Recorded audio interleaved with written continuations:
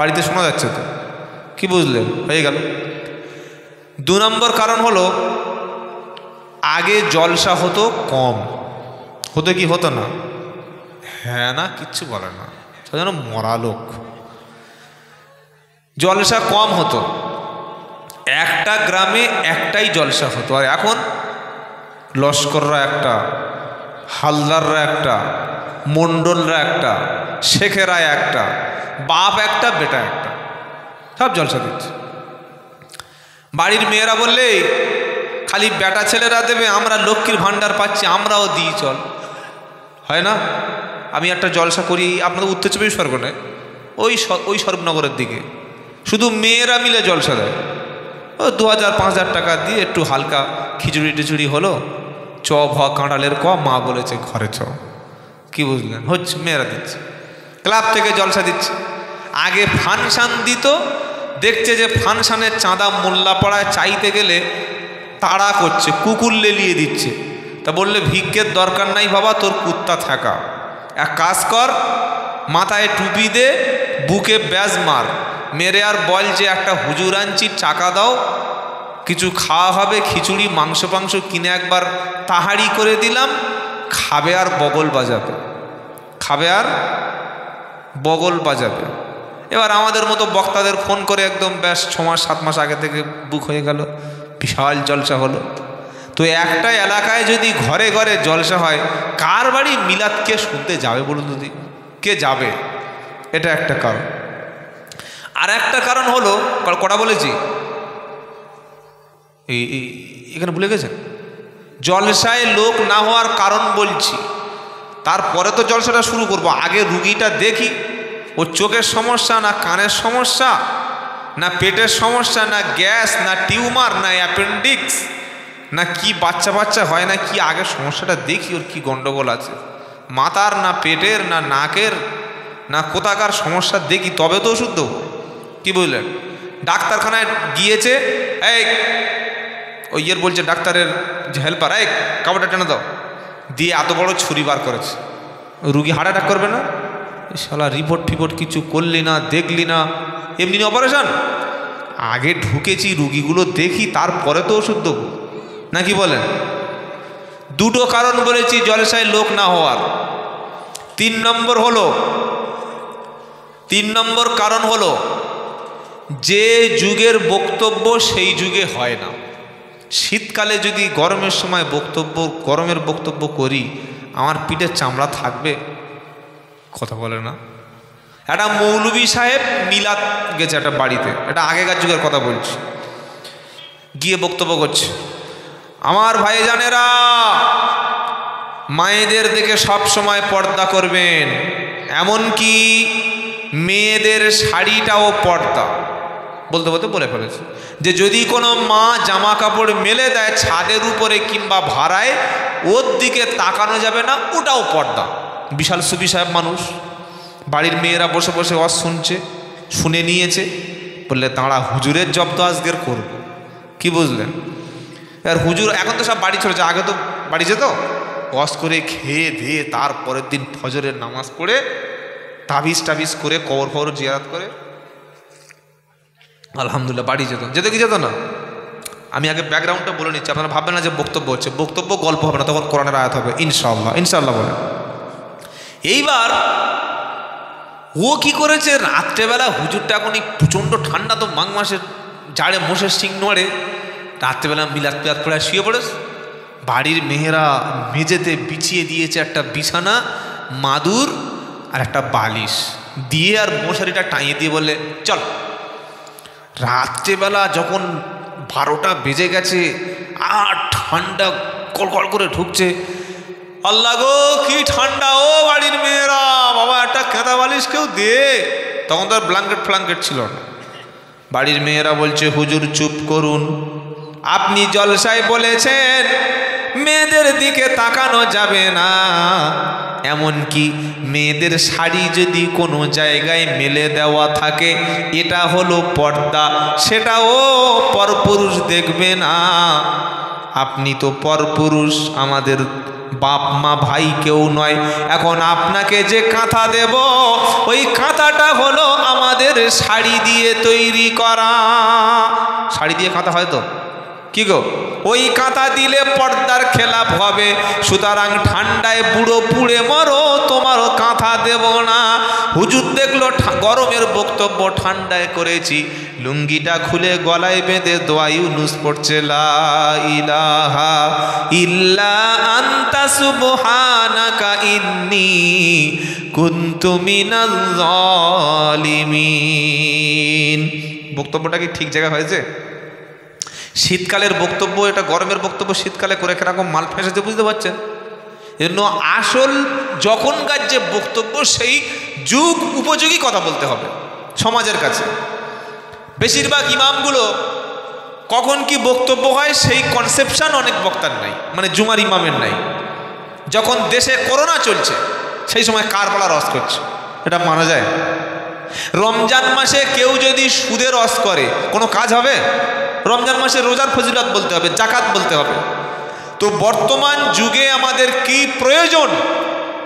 যখন বাড়িতে বাড়িতে স্মার্টফোন, দু ছেলের মা বাড়িতে স্বামী রেখে 10 বছর সংসার করে পালাচ্ছে, যখন বাড়িতে বাপ মাগুলো খাবার পায় না, যখন মানুষ মদের নেশায় হাবুডুবু, গাঁজা বাঁশবাগানে ছেলেরা বসে বসে খাচ্ছে, বাড়ির মুসলমানের মেয়েরা তারা ল্যাংটা হওয়ার প্রতিযোগিতা করছে, সেই সময় যদি আমরা সেই আজ থেকে 500 বছর আগেকার বক্তব্য যদি করি, লোক জলসায় আসবে? কথা বলে না কি গো? বক্তা কি বলছে? বাবা বিড়ি খাওয়া যাবে না, বিড়ি খেলে জাহান্নামের শাস্তি আছে, বিড়ি খাওয়া মাকরুহু তাহরিমি। সব ছেলেরা বললে বিড়ি খাবি না রে, পাপ হবে। এবার বক্তা নেবে, গাড়িতে উঠে টুপ ড্রাইভারের বলল তামাক দে, সাথে টুপ জর্দা দে। তামাক যার বিড়ি তাই, দুটো হলো ভাই ভাই, হ্যাঁ কি না বলেন? জোরে বলুন। তামাক আর বিড়ি দুজনে হলো ভাই। বক্তা বলল বিড়ি খেও না, আর নিজে খেলো জর্দা ওর সঙ্গে তামাক। তাহলে কথাটা কি ঠিক বলল? জোরে বলুন। এখন শিক্ষিত ছেলে, এডুকেটেড ছেলে বিড়ি খেও না বললে কথা কেউ মানবে না। বিড়ির অপকার কি আছে সেটা বোঝাতে হবে।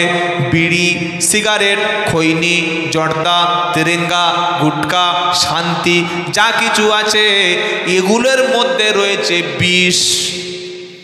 আচ্ছা, কেউ যদি টাকা দিয়ে বিষ খায়, ওই বিষটা আজকের খেয়েছে আর 6 মাস পরে লোকটা পটল তুলেছে, লোকটা জান্নাতে যাবে তো? চুপচাপ। লোকটা বিষ খেয়ে মরেছে, জান্নাতে যাবে তো? হ্যাঁ, বিষ খেয়ে মরলে আত্মহত্যার পাপ হবে, ও জান্নাতে যাবে না। আমি আর আপনি টাকা দিয়ে বাজার থেকে বিড়ি, সিগারেট, খৈনি, জর্দা, তেরেঙ্গা, গুটকা, শেখর, শান্তি যা কিছু খাচ্ছি, এই সমস্ত জিনিসের মধ্যে নিকোটিন নামক বিষ আছে। কি আছে বললাম? নিকোটিন। এর কাজটা কি ভাই? এর কাজ হলো মানুষের শরীরের যে অর্গানগুলো, যে অঙ্গগুলো, যে পার্টসগুলো, শরীরের যে দামি বস্তুগুলো একটা একটা করে নষ্ট করে দেওয়া। প্রথম ফুসফুস নষ্ট হবে, কিডনিটা নষ্ট হবে, মাউথ ক্যান্সার হবে, আপনার শরীরের মধ্যে যৌন ভাবটা নষ্ট হয়ে যাবে, আপনার চেহারায় বার্ধক্য ছাপ চলে আসবে, আপনার কিডনিতে প্রভাব পড়বে। এইভাবে একে একে একে একে পুরো দেহটাকে শেষ করে একদিন শুনবেন সুলেমান চাচা গত রাত্রে ইন্তেকাল করিয়াছেন, ইন্না লিল্লাহি ওয়া ইন্না ইলাইহি রাজিউন। তাহলে এটা কিসে হলো? এটা কিসে হলো? সিগারেট, বিড়ি, খৈনি, জর্দা খেয়ে। এবার আল্লাহ কি বলছে বলবো? আল্লাহ কি বলেছে বলবো? ওয়ালা তুলকু বিআইদিকুম ইলা তাহলুকা ও আহসিনু।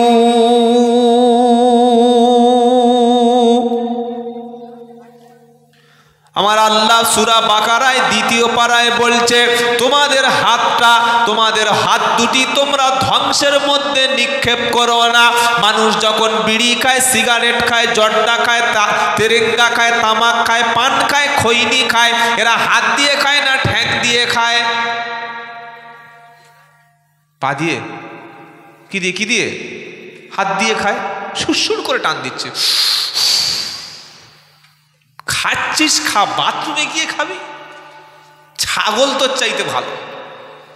বাথরুমে গিয়ে দেখছে মোর ধোঁয়া উঠছে, শাশুড়ি মনে করলো আমার জামাইটা পুড়ে গেছে, মনে হচ্ছে জামাই আগুন লেগেছে, কিন্তু মুখে আগুন দিয়ে বসে আছে। কি বুঝলেন? পায়খানা করছে আর খাচ্ছে, কুকুর দেখে হাতটা দিচ্ছে, সালা মামার চাইতে ফার্স্ট ক্লাস কুকুর। খায় আর কেউ হাগে? ছি ছি ছি ছি। তওবা তওবা। আল্লাহ কি বলছে?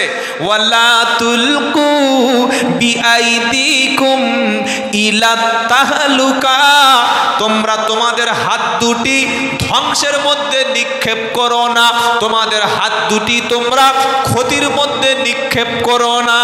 যারা সিগারেট খায়, বিড়ি খায়, খৈনি খায়, জর্দা খায়, ওরা টাকা দিয়ে বিষ কিনছে, বিষটার নাম বলে দিয়েছি নিকোটিন। কি বিষ? জোরে বলুন।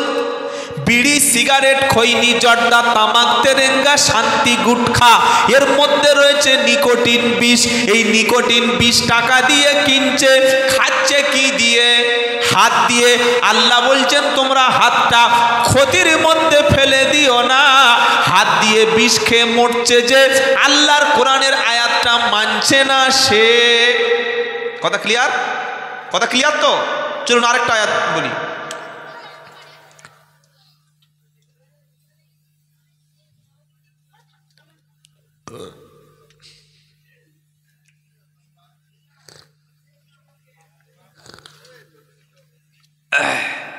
পিছনে একটা জলসা হচ্ছে নাকি?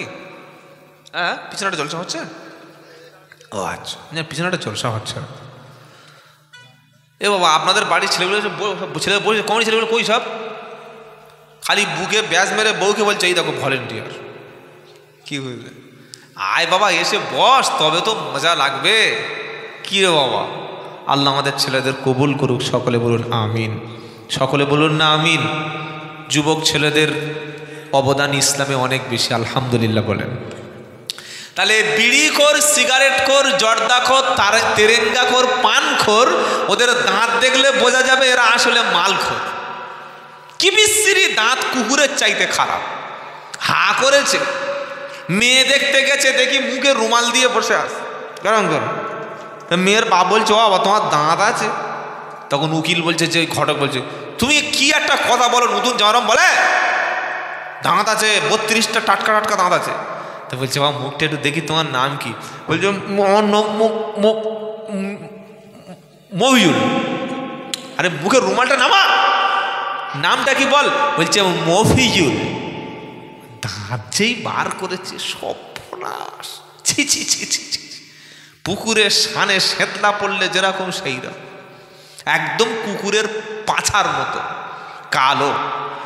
মেয়ের বাপ বলছে আমার মেয়ে ইমালের সঙ্গে বিয়ে দেবো না বাবা, এ কোথায় গাঁজা পর্যন্ত খায়। তাহলে কোরআনের 1 নম্বর আয়াত মানলো না কারা? যারা সিগারেট, বিড়ি, খৈনি, জর্দা খেলো।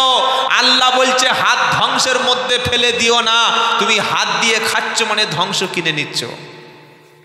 এবার 2 নম্বর দেখুন, ইয়া বানি আদম খুদু জিনাতাকুম ইনদা কুল্লি মসজিদ। শুনছেন? কুলু ওয়াশরাবু ওয়ালা তুসরিফু ইন্নাহু লা ইউহিব্বুল। 8টা আবার পাচ্ছে না? সেই লাইনের লোক তো ইনশাল্লাহ আমরা। কি গো, একটু কোরআন পড়বেন তবে বুঝতে পারবেন। কুলু ওয়াশরাবু ওয়ালা তুসরিফু ইন্নাহু লা ইউহিব্বুল মুসরিফিন। নারায়ে তাকবীর। খুব সুন্দর সাউন্ড ভাই, ওকে সাউন্ড। সাউন্ড ভালো না হলে বক্তব্য ভালো লাগে না। অনেক জায়গায় কমেডির ছেলে 30-40 হাঁড়ি বিরিয়ানি করে, আর প্যান্ডেল কি বিখ্যাত প্যান্ডেল, সাউন্ড ভালো করা। জায়গায় মির্জানগরের ছেলেগুলো ভালো বাবা, এরা খুব সুন্দর সাউন্ড করেছে আলহামদুলিল্লাহ। আর সাউন্ড অপারেটর যে করে তার মধ্যে কিছুটা এক্সপিরিয়েন্স থাকা দরকার। কি বুঝলেন? উনি খুব ভালো। যাই হোক, তো কি বলছিলাম? এবার বিড়ি, সিগারেট, খৈনিখোরদের জন্য 2য় আয়াত। আপনারা কষ্ট পাচ্ছেন না তো? কি গো, ইয়া বানি আদম খুদু জিনাতাকুম ইনদা কুল্লি মসজিদ কুলু ওয়াশরাবু ওয়ালা তুসরিফু ইন্নাহু লা ইউহিব্বুল মুসরিফিন। 8 নম্বর পারা 13 নম্বর পৃষ্ঠা 1 নম্বর লাইনের 31 নম্বর আয়াত, সূরার নাম আরাফ। ইয়া বানি আদামা, ও আদমের ছেলেরা, খুদু জিনাতাকুম ইনদা কুল্লি মসজিদ, ও আদমের সন্তানেরা, ও আমার প্রিয় বান্দারা, যখন তোমরা নামাজ পড়বে, যখন তোমরা নামাজের কাছে যাবে, সবচাইতে সুন্দর উত্তম পোশাকটা, সবচাইতে সুন্দর পোশাক নামাজের সময়ে তুমি গ্রহণ করো। মেয়েরা মেকআপ কখন করে? কথা বলে না, ঠিক ধরে ফেলেছে, কুটুম বাড়ি যাওয়ার সময়। স্বামীর কাছে লিপস্টিক পারে না, স্বামীর কাছে মেকআপ কখনো পারে না, স্বামীর কাছে মাথার চুল কখনো পপ করে না, ব্লাউজটা ভাঁজ করে পরে না, কপালে কখনো একটা টিপ দেয় না, সুন্দর করে শাড়িটা পরে না। আর যখন শুনবে পাড়ায় কোনো বিয়ে হচ্ছে, বিয়ের অনুষ্ঠান যখন শুরু হবে, বিয়ের অনুষ্ঠান যখন শুরু হবে, এবারও শুরু হলো সাজগোজের ডিজাইন, ঠোঁটে একটু লিপস্টিক দিল, মুখে একটু ভালো করে মেকআপটা দিয়ে দিল, যে ব্লাউজ এই পর্যন্ত পিঠ কাটা ওটা পরে নিও, ব্লাউজের পিঠে কোনো কাপড় নাই, শুধু একটা দড়ি দিয়ে সুন্দর করে বেঁধে দিল, এমন পাতলা শাড়ি পরেছে 60 বছরের লোকের স্বপ্নদোষ হয়ে গেছে। ওরা বিয়ে খেতে গিয়ে বললে সর্বনাশ কি সেজেছে দেখ সেই বাবলুর বউ। বাবলু বলে কেউ নেই, দেখো না, আমার আছে নাকি? ভম্বলের বউ কি সেজেছে একবার দেখ। আর নবী বলল, কেউ যদি স্বামীকে খুশি করতে পারে, নিজের স্বামীকে খুশি করে মারা যেতে পারে। কোন নারী যদি নিজের স্বামীকে এমন অবস্থায় রেখে মারা যায়, স্বামী তার উপরে খুশি ছিল, ওই নারীটা মরণের পরে আল্লাহ তাআলা তাকে জান্নাত দিয়ে দেবে। সুবহানাল্লাহ। কেউ বলবে না, যেহেতু মেয়েদের বলেছি তো ওই জন্য, এখন আর বলে লাভ না, জোর করে মুসলমানিতে লাভ আছে। কি বুঝলেন? কত বড় সুসংবাদ মেয়েদের জন্য, স্বামীকে খুশি করে মারা গেলে জান্নাত। সুবহানাল্লাহ বলবেন না? আপনারা স্ত্রীর উপরে খুশি আছেন তো? হ্যাঁ, বাড়ি গিয়ে বুঝতে পারবে কি মিস্ত্রির ছুরি সব বসে আছে। আল্লাহ হেফাজত করুক, সকলে বলুন আমিন। একটা কথা বললে 4টে বলে শুনিয়ে দেয় এখনকার মেয়েরা। আহা, এদের কাছে তর্কে পারবেন না। আর মেয়েদের সঙ্গে ঝগড়া করে কোনো স্বামী জিততে পারেনি। আমি অনেকবার হেরে গেছি, আর আপনাদের কি বলবো? কি বুঝলেন? পারবেন না। কি গো? তো আল্লাহ কি শোনাচ্ছে? ইয়া বানি আদামা খুদু জিনাতাকুম ইনদা কুল্লি মসজিদ, ও আদমের সন্তানেরা, তোমরা যখন নামাজ পড়তে যাবে, সেই সময় তোমরা সবচাইতে উত্তম পোশাকটা পরবে। জোরে বলুন সুবহানাল্লাহ। নামাজের সময় আমরা সুন্দর একটা টুপি পরব, সুন্দর একটা পাঞ্জাবি পরব, সুন্দর একটা লুঙ্গি অথবা পাজামা পরব। যে পোশাকটা পরলে আপনার কাছে সবচাইতে সুন্দর মনে হয়, ওই পোশাকটা পরে নামাজে যাবেন, মসজিদে যাবেন। কারণ নামাজ পড়া মানে হলো আপনি আল্লাহর সঙ্গে দেখা করতে গেছে। কেউ যদি কারোর সঙ্গে, প্রেমিকের সঙ্গে দেখা করতে চায়, বন্ধুর সঙ্গে দেখা করতে যায়, ভালোবাসার মানুষের সঙ্গে দেখা করতে যায়, মুখে দুর্গন্ধ নিয়ে যায়, চোখে পিচুটি নিয়ে যায়, চুল কেটে যায় না? যায় না? যায়। ভালো কাপড় পরে যায় না, নোংরা কাপড় পরে, আয়রন করা কাপড় পরে, সেন্ট মাখে কি মাখে না? মাখে। ভালো জুতো পরে কি পরে না? পরে। কেন? আমার মনের মানুষের সঙ্গে, কিংবা আমার সম্মানিত ব্যক্তির সঙ্গে, কিংবা আমার রেসপেক্টেড পার্সন, তার সঙ্গে দেখা করতে যাচ্ছি, এজন্য আমার সেজে গুজে যেতে হবে। আর আমরা মসজিদে যাচ্ছি কার সঙ্গে দেখা করতে? জোরে বলুন, আল্লাহর সঙ্গে। তো আল্লাহর সঙ্গে যখন দেখা করব, মাথায় টুপিটা যেটা পরেছে, 6 বছর টুপিটা ধুইনি, 6 বছর, এত নোংরা, টুপির উপরে উকুন দেখি খেলা করছে। কি বুঝলেন? আর যে লুঙ্গিটা পরেছে ওই লুঙ্গিটা পায়খানা করে, পেশাব করে, ওটা দিয়ে মাঠে কাজ করে, আর ওই লুঙ্গি নিয়ে আল্লাহু আকবার সেজদায় গেছে, লুঙ্গিটা পিছনে একজনের মাথায় বেঁধে গেছে, সে যা গন্ধ। কি ফেরেশতারা বলছে এই মাল মসজিদে চলে? আমি আল্লাহ বলে দিয়েছি খুদু জিনাতাকুম ইনদা কুল্লি মসজিদ, আর তুই করলি কি? মাল পরে ঢুকলি রে বাবা? জামায় বিড়ি খেয়ে গিয়ে জামায় 17 জায়গায় দাগ করে দিল, সব জায়গায় বিড়ির দাগ। ওই জামাটা ধোয় না, কাচে না, পরিষ্কার করে না, জামার পিছনে এরকম দুমড়ে দুমড়ে দুমড়ে গাড়ি সকার মতো দুমড়ে গেছে। কি বুঝলেন? ওই মানে আল্লাহ আকবার, আর মুখে যা বিড়ির গন্ধ, আর কবছর গোঁপ কাটেনি আল্লাহ জানে। গোঁপ এসে এই তো গোঁপ ধুয়ে গেছে। ছি ছি ছি ছি, এটা যেন না হয়। হাসির কথা নয় ভাই। আল্লাহ বলছেন সুন্দর পোশাক পরে তুমি মসজিদে এসো। মসজিদে উত্তম পোশাক পরে যাব ইনশাআল্লাহ বলেন। আর সবচাইতে আল্লাহর কাছে, আল্লাহ রসুলের কাছে বেস্ট চয়েস কালার, রসুল পাক সাল্লামের বেস্ট চয়েস কালার ছিল সাদা। সুবহানাল্লাহ পড়েন। সবচাইতে সুন্দর পোশাক কোনটা রসুল পছন্দ করতেন? সাদা। কারণ সাদা হলো মাইয়েতের পোশাক, সাদা হলো মৃত লোকের পোশাক। মরণের পরে ব্লু পাঞ্জাবি, তাই তো, হ্যাঁ, হলুদ পাঞ্জাবি, এগুলো মরণের পরে থাকবে না। লাল পাঞ্জাবি থাকবে না, ডিজাইনের কাপড় থাকবে না। মরণের পরে এমন কাপড় দেবে সেলাই বলতে রাখবে না। আহা, কি গো বাবাজিরা, জিন্সের প্যান্ট পরে সারা জীবন ঠ্যাং নাড়া দিয়েছি, জিন্সের প্যান্ট পরে সারা জীবন দাঁড়িয়ে দাঁড়িয়ে কলা বাগানে পেশাব করেছি। মরণের পরে কোনো প্যান্টে কাজ হবে না। সারা জীবন স্কিন টাইট গেঞ্জি পরে বাড়ির মেয়েরা পাড়ার ছেলেদেরকে রাতের ঘুম নষ্ট করেছে। মরণের পরে কোনো স্কিন টাইট গেঞ্জি চলবে না। 3টে কাপড় ভিতরে, একটা দেবে মাথার ওড়না, আর একটা দেবে ভালো করে বুকটা বেঁধে। এই 5টা কাপড় পরে কবরে যেতে হবে।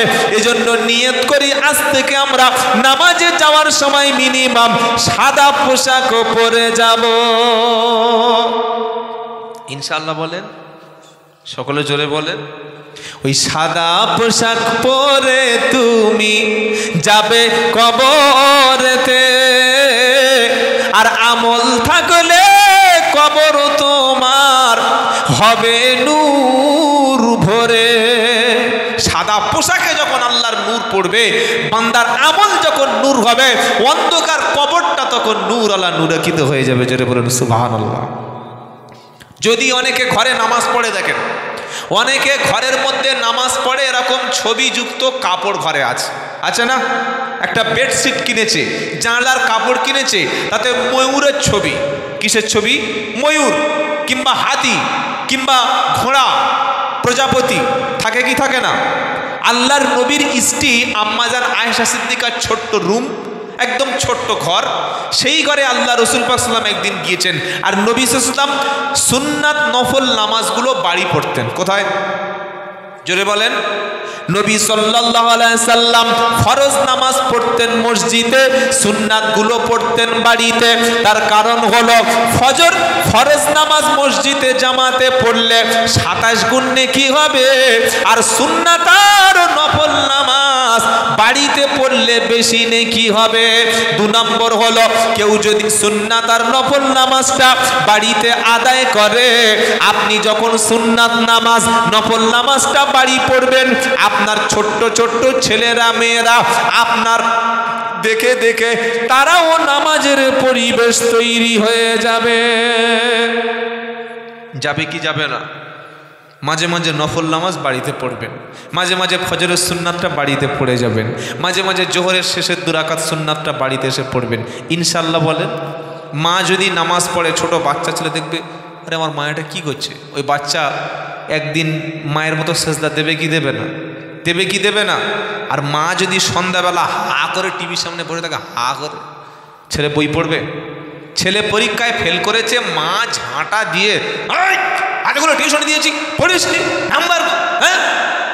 ওর মায়ের ধরা উচিত ছিল আগে। নিজেই কোনোদিন পড়ে নাই, নামাজ নাই, সংসারে কোনো ভালো কাজ নাই, শুধু টিভি সিরিয়াল, এই সিনেমা, ওই বই, ওই নায়িকা, ওই এই করতে করতে জিন্দেগিটা শেষ। তো তার ছেলে কত ভালো রেজাল্ট করবে ভাই? এখন ছেলেদের মেরে লাভ আছে? কি বুঝলেন? তাহলে আমরা এতক্ষণ কি শুনলাম? নামাজ যখন পড়ব সবচাইতে উত্তম পোশাক পরে বলুন ইনশাআল্লাহ, বলুন ইনশাআল্লাহ। আর অধিকাংশ বাড়ির মেয়েরা, আমি এই বক্তব্যটা করেছিলাম যে মহিলাদের জন্য শাড়ি পরে কেন নামাজ হবে না। কিছু কিছু মৌলভী সাহেব বলছে হ্যাঁ তুমি বেশি বোঝো। আরে বেশি বোঝার কি আছে? শাড়ি পরে নামাজ পড়লে নামাজ হবে না বললে কেন ভাই এ ফতোয়া দিচ্ছেন? এটা ফতোয়া না। শাড়ি যখন কোনো মা পরেন, শাড়ি পরলে শাড়ির অংশই হাত এই পর্যন্ত কি ঢাকা যায়? যায় না। টেনে টুনে এখানে আনলো, যখন সেজদায় চলে গেল হাতের অংশটা খুলে গেল, মাথার চুলটা সেজদায় গিয়ে বার হয়ে গেল, পায়ের গোড়ালির উপর থেকে অংশটা ওপেন হয়ে গেল, পিঠের কাপড়টা সেজদা বা রুকু থেকে ওঠানামা করার সময় সরে গেল।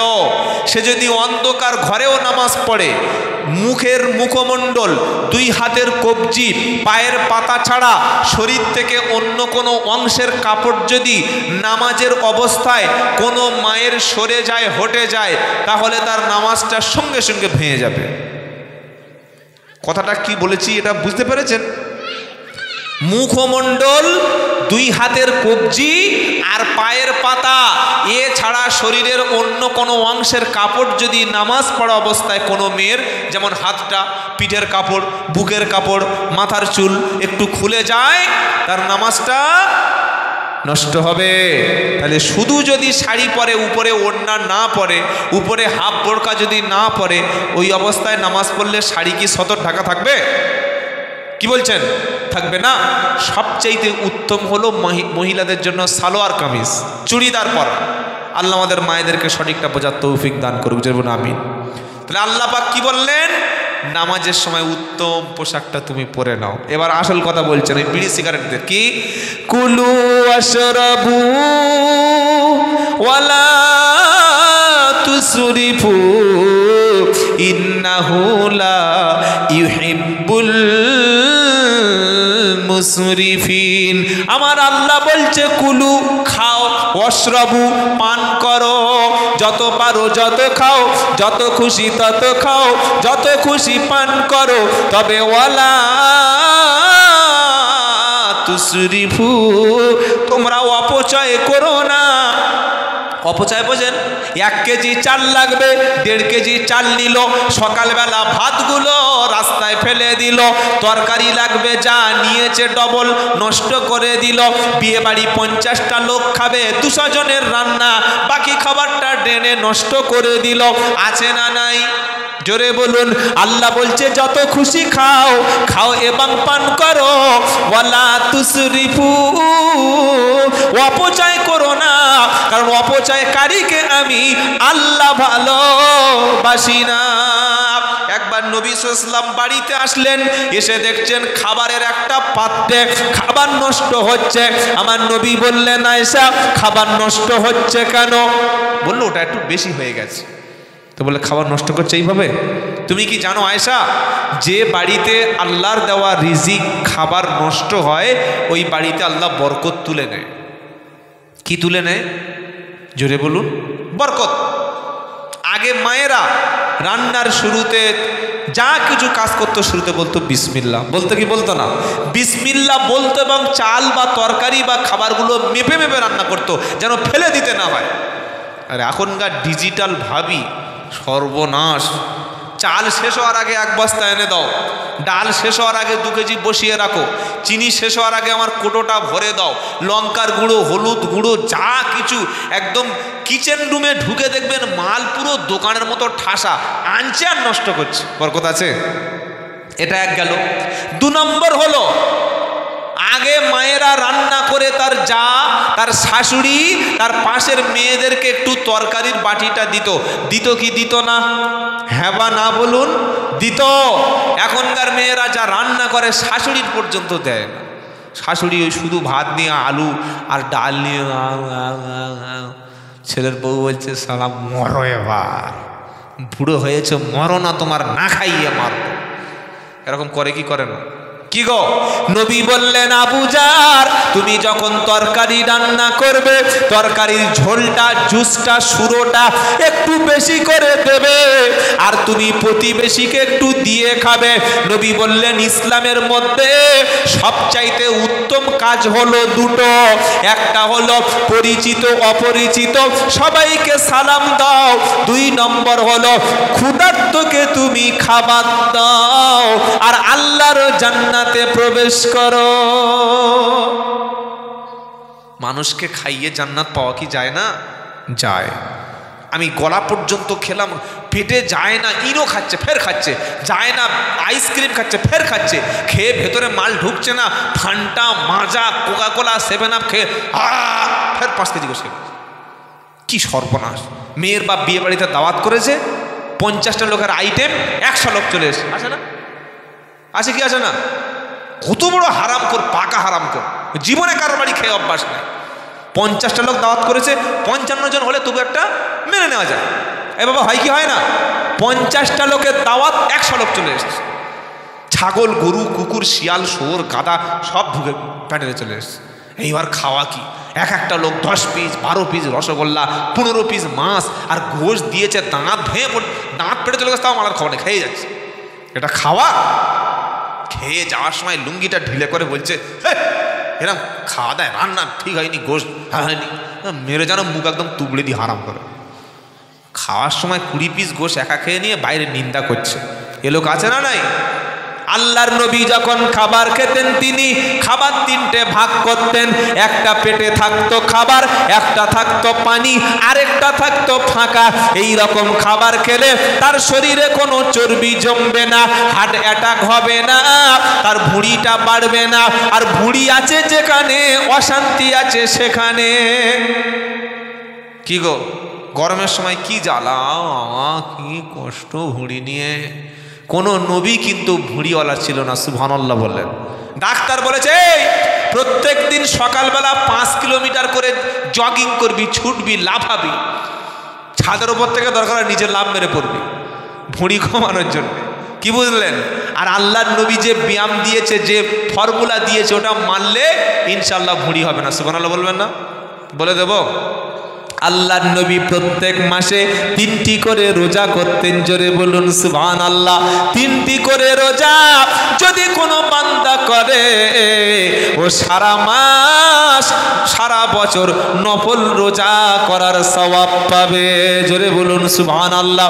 2 নম্বর আমল ছিল, নবী সকালবেলা খাবার খেতেন বেশি, দুপুরবেলা খেতেন ঠিক মোটামুটি, আর রাতের বেলা খাবার খেতেন কম।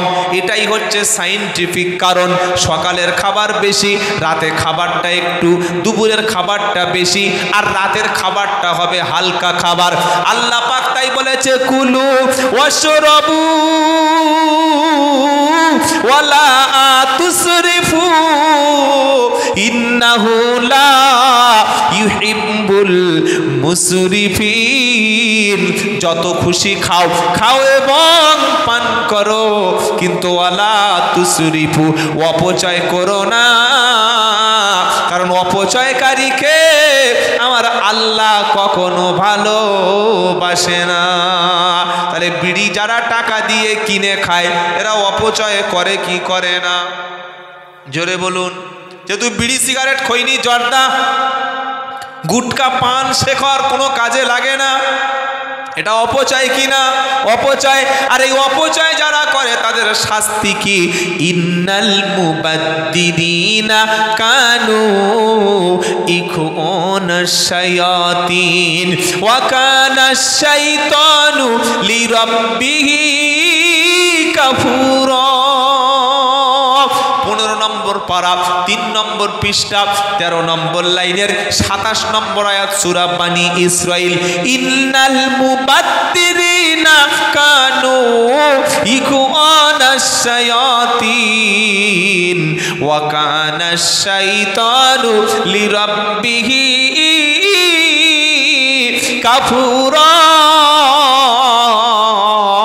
নিশ্চয়ই প্রয়োজন ছাড়া অতিরিক্ত খরচ যারা করে, তারা হলো শয়তানের ভাই। ছেলের বয়স 9 বছর মুসলমানি দেয়নি। ও ভাবি বলে কি হুজুর ছেলে মুসলমানি হয়ে যায় না? কেন? তোমার দাদা বলছিল একটা গরু কিনবে তারপরে মুসলমানি। গরুর মুসলমানি দেবে না ছেলের দেবে? কার দেবে মুসলমানি? গরুর।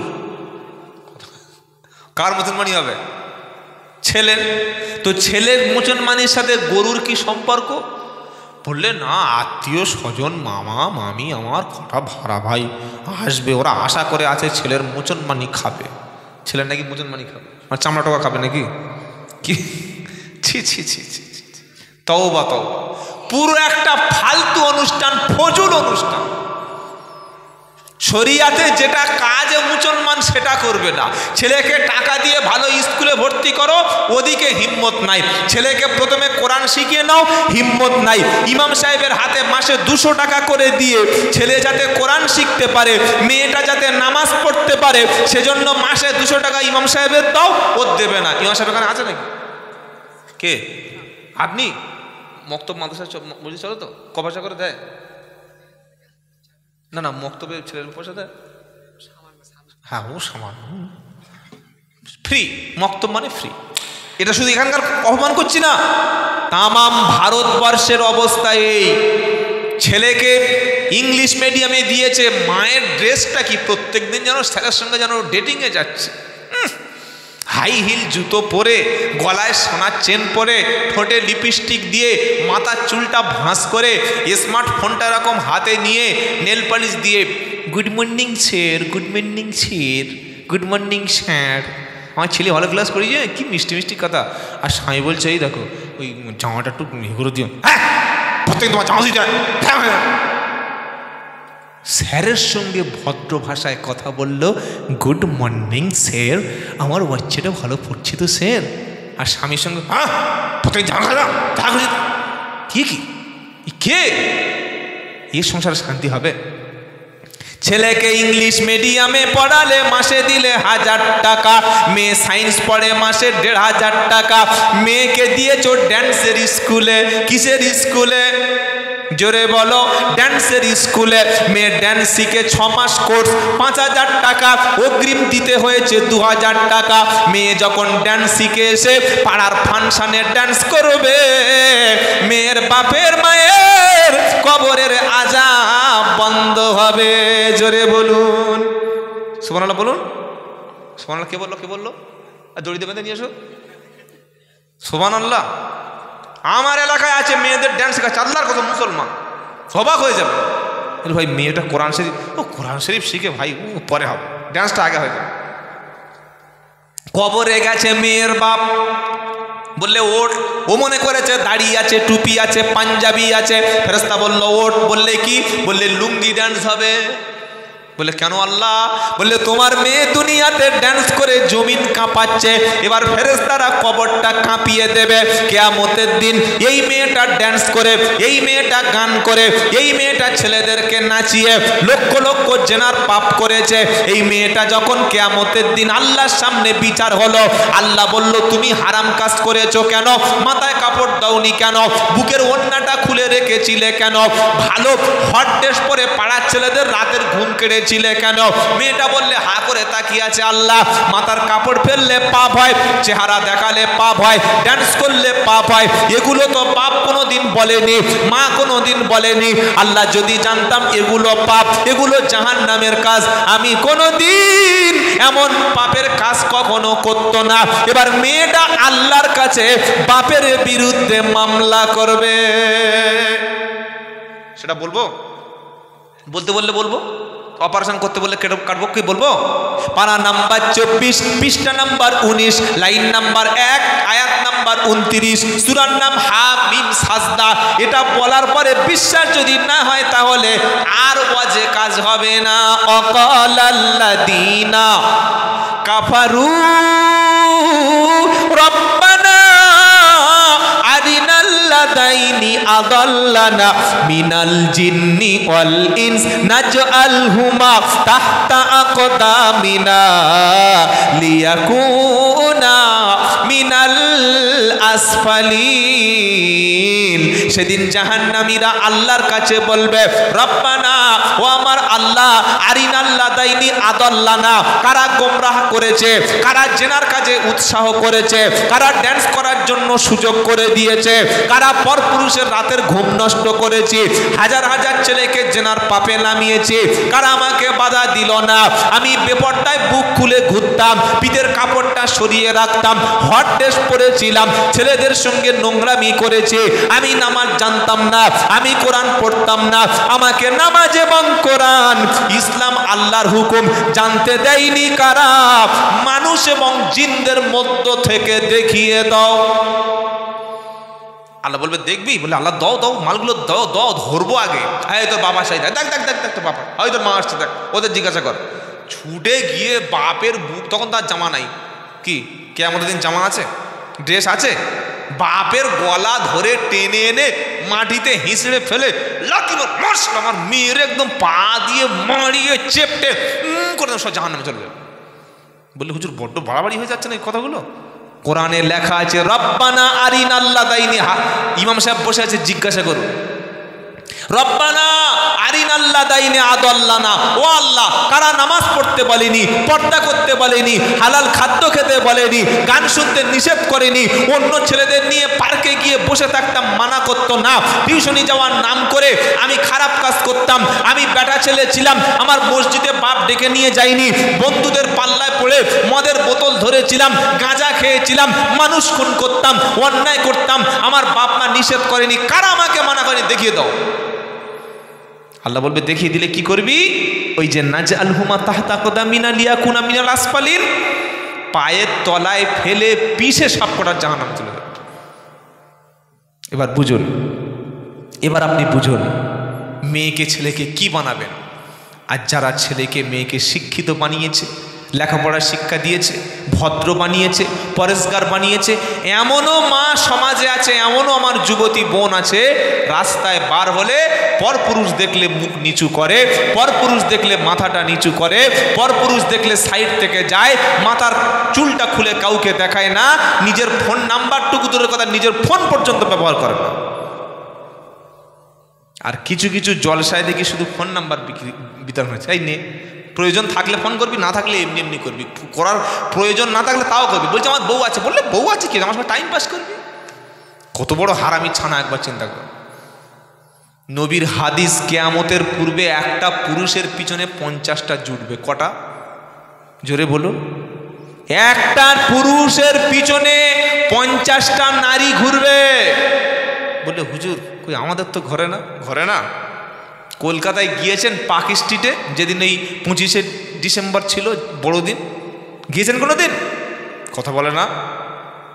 একটা পুরুষ 8টা 10টা 15টা গার্লফ্রেন্ড নিয়ে ঘুরছে। চলে যাবেন ইকো পার্কে, কলকাতায় প্রিন্সেপ ঘাটে চলে যাবেন, খালি দেখে আসবেন আপনার আর আপনার স্ত্রীর কি মধ্যে কি মহাব্বত, কি মিল হয়, দেখলে চোখ হ্যাং হয়ে যাবে। কি হচ্ছে রে শালা, সংসার তো এখানেই হচ্ছে, খালি বাচ্চাটা হয় না, বাকি সব হচ্ছে। কি বলছি বুঝতে পারছেন না? এ তো নবীর হাদিস। রাস্তাঘাটে কুকুর বিড়ালের মতো জেনা করবে। জলসায় তো জেনা হচ্ছে এখন, আপনাদের জলসায় হয়তো হয় না। 24 পরগনা, উত্তর 24, দক্ষিণ 24 পরগনা, নদিয়া, পশ্চিম মেদিনীপুর, এই জেলাগুলিতে জলসায় জেনা হয়। এই জলসাগুলিতে, জেলাগুলিতে জলসায় জেনা হয়। জলসায় জেনা কি বলছেন? দেখে এসে আমি আব্দুল্লাহ জুবায়ের বলছি, একটা ছেলে একটা মেয়ের হাত ধরে যদি বাঁশবাগানে গিয়ে গল্প করে, তো ওখানে গিয়ে দুজনে উজু করে নামাজ পড়বে, তাই তো? হ্যাঁ, একটা ছেলে জলসায় মেয়েটার ফুসকা খাওয়ানোর নাম করে যদি কলা বাগানের দিকে নেমে যায়, তো ওরা গিয়ে দুজনে আয়াতুল কুরসি পড়বে? কমিটি বলছে এই মেলা বসবো, ছেলে মেয়েরা আসবে, একটু ঘুরবে, সব কটার গ্যারেজে ধুনবে কিয়ামতে, সব কটার ধুনবে। আর কিছু কিছু বাপ আছে, ছেলেদেরও শাসন করে না, মেয়েটার শাসন করে না। আরে আমার ছেলে আমি শাসন করব না, স্কুলে তো আর ছেলে মেয়েদের শাসন হবে না? হবে?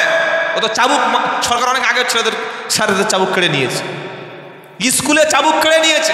1 সপ্তাহ আগে আমাদের হাওড়ার কোন একটা জেলায় স্কুলের মধ্যে স্যার আর ম্যাডাম স্কুলে ধরা পড়েছে। দেখেন নাই খবরে ভাইরাল হয়েছে, আপত্তিকর অবস্থায় স্কুলে জেনা চলছে। আপনি কোথায় আপনার মেয়েকে পড়তে পাঠাবেন? কোন স্কুলে পড়াবেন বলুন? কোন টিউশনি মাস্টার কাছে আপনার মেয়েকে পড়াবেন? স্কুলের শিক্ষক মশাইরা হচ্ছে পিতৃ সমতুল্য, বাবার সমতুল্য শিক্ষক মশাই। এই শিক্ষক মশাই বাবার সমতুল্য, আর যিনি শিক্ষিকা, যিনি ম্যাডাম, তিনি মায়ের সমতুল্য। বাবার মা যদি স্কুলে জেনায় লিপ্ত হয়, উলঙ্গ যদি হয়, তো ছাত্ররা সেখানে কি করবে? সেখানে কি শিখবে বলুন? সেজন্যে আপনার সন্তানকে আপনি কন্ট্রোল করুন, প্রত্যেকটা পদক্ষেপ আপনার সন্তানকে ফলো করুন। সে নামাজ পড়ছে কিনা, কোন ছেলেদের সঙ্গে মিশছে, কোন বন্ধুদের সঙ্গে মিশছে, সে কাদের সঙ্গে গিয়ে পার্কে যাচ্ছে, কাদের সঙ্গে চা খাচ্ছে, কাদের সঙ্গে ঘুরতে বার হচ্ছে, প্রত্যেকটা ছেলে এবং মেয়েকে বাপ এবং মা 24 ঘন্টা মনিটরিং করুন। যদি না করেন, ওই ছেলেটা, আপনার সোনার টুকরা ছেলেটা, একদিন না একদিন নেশার সঙ্গে যুক্ত হয়ে যাবে। যাচ্ছে কি যায় না? যায় না, যাচ্ছে। ওই মেয়েটা যে বোরকা ছাড়া রাস্তায় চলতো না, হাই স্কুলে গিয়ে সে এখনো বোরকা দেখলেই গালিগালাজ করে, জাহান্নামে চলে যাচ্ছে, বাঁচার উপায় নাই। তাই ছেলে এবং মেয়েকে কোনোদিন কুশিক্ষা দেবেন না, সুশিক্ষা দেবেন। বলুন ইনশাআল্লাহ, বলুন ইনশাআল্লাহ। তাহলে কোরআন কি প্রমাণ করলো? ইন্নাল মুবাদ্দিরিনা কানু ইখওয়ানাশ শায়াতিন ওয়া কানাশ শাইতানু লিরাব্বিহি কাফুরা। নিশ্চয়ই প্রয়োজন ছাড়া অতিরিক্ত খরচ যারা করে তারা হলো শয়তানের ভাই। তাহলে জাহান্নামের পিতা এবং মাতা বলে দিয়েছি কারা? বলেছি না বলি নাই? জোরে বলুন। এবার জান্নাতি পিতা মাতা কারা বলবো? সকলে বলুন ইনশাআল্লাহ। জান্নাতি পিতা মাতা হলো তারা ফজরের সময় বাপ ঘুম থেকে উঠেছে, মা ঘুম থেকে উঠেছে, মসজিদে আজান হলো, আসসালাতু খায়রুম মিনান নাওম।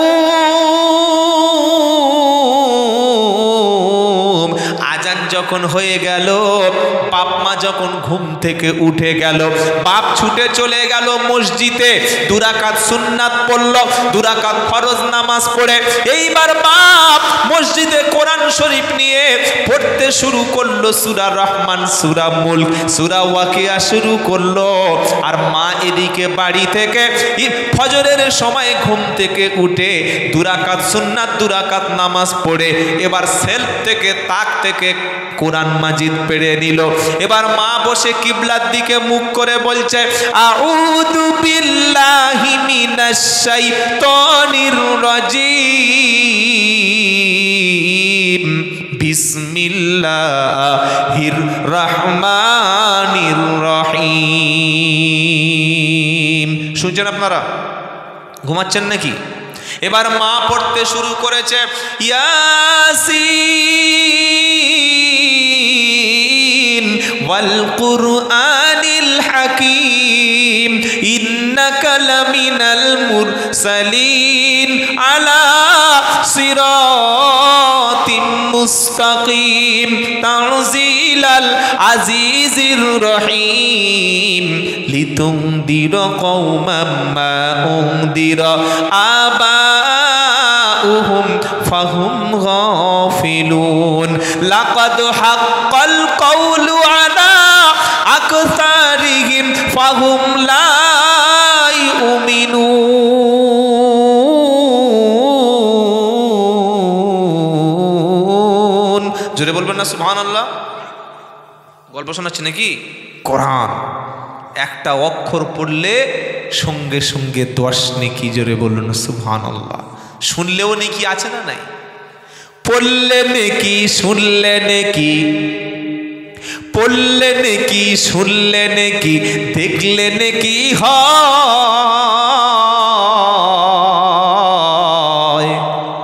আর কোরআন পড়ে মেনে নিলে জান্নাত পাওয়া যায়। বলুন বলুন, জোরে বলুন। শোন, এখন বলার দরকার নাই, সকাল 9টার দিকে একবার বলবেন। জোরে বলুন সুবহানাল্লাহ। কি গো, এত সুন্দর কথা শুনতে ভালো লাগে না? পড়লে নেকি, শুনলে নেকি, পড়লে নেকি, শুনলে নেকি, দেখলে নেকি হয়। কোরআন পড়ে মেনে নিলে জান্নাত পাওয়া যায়। জোরে হবে না, জোরে হবে না। মা পড়ছে ইয়াসিন সূরা শুরু করেছে, বাচ্চাগুলো ঘুম থেকে উঠে মায়ের কাছে বসে তারাও কোরআন শুনছে।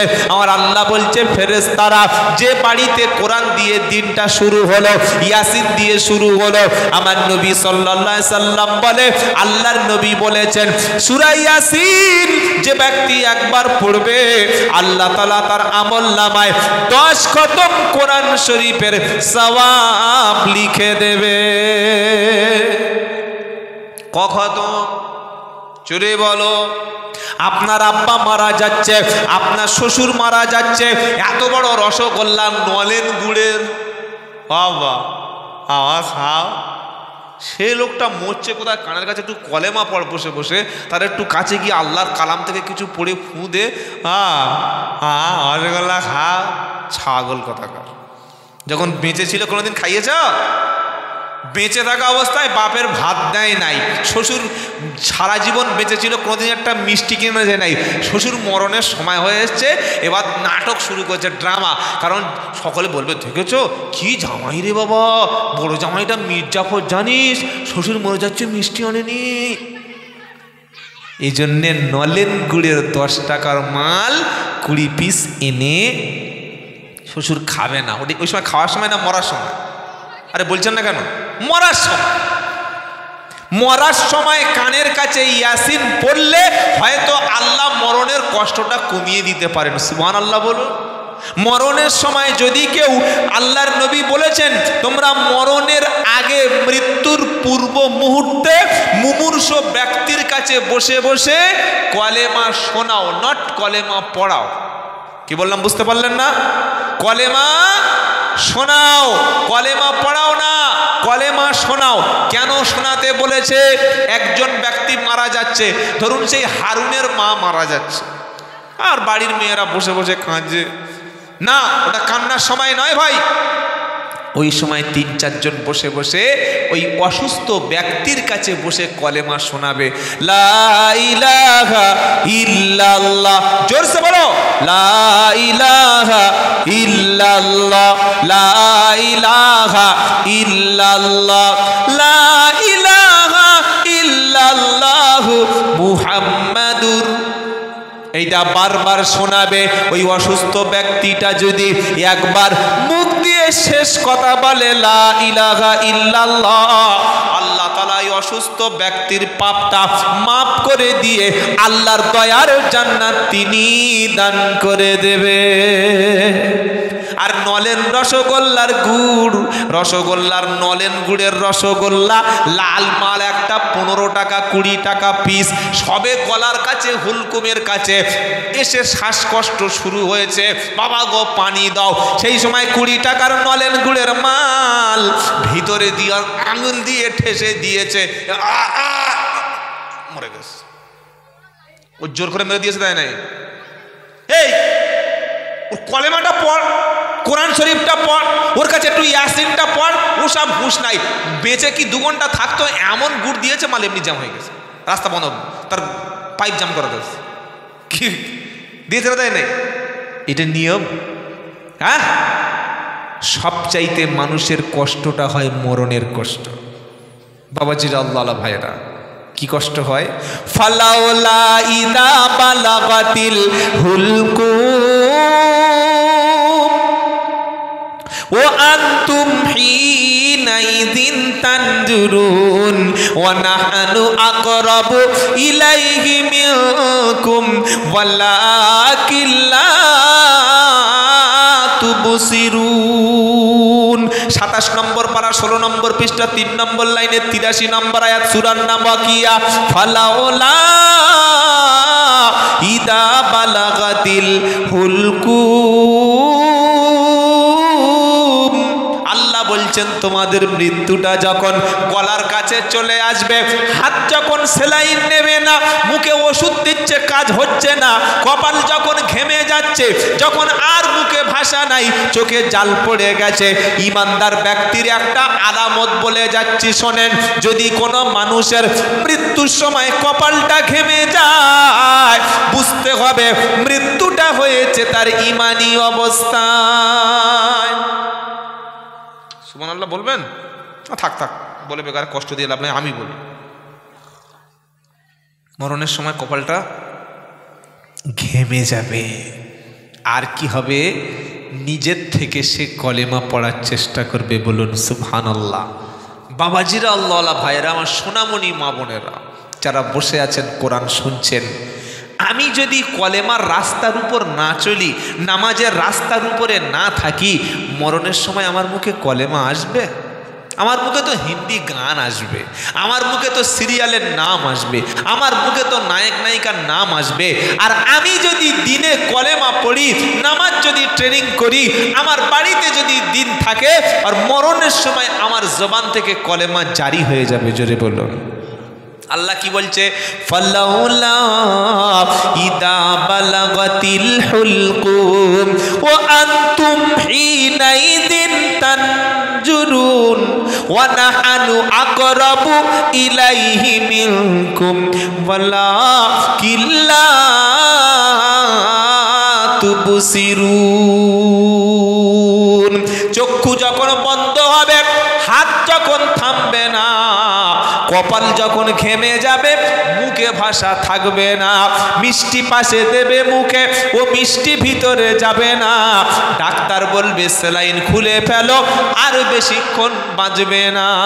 কণ্ঠ যখন বন্ধ হবে, সবাই তখন তাকিয়ে থাকবে, আমার শ্বশুর মনে হয় বাঁচবে না। আল্লাহ বলছে, আমি আল্লাহ সারা জীবন তাকিয়েছিলাম, তুমি আল্লাহর দেখতে পেলে না। তোমার জন বয়সে ছিল কাজ, নামাজের সময় হতো না, আর মরণের সময় অজুহাত দিয়ে ক্ষমার রাস্তা পাওয়া যাবে না। তাই হাতে আছে সময় বন্ধু, নামাজ কাজা করো না। আজরাইল একবার এসে গেলে তোমাকে না নিয়ে ঘরে যাবে না। যাবে যাবে যাবে।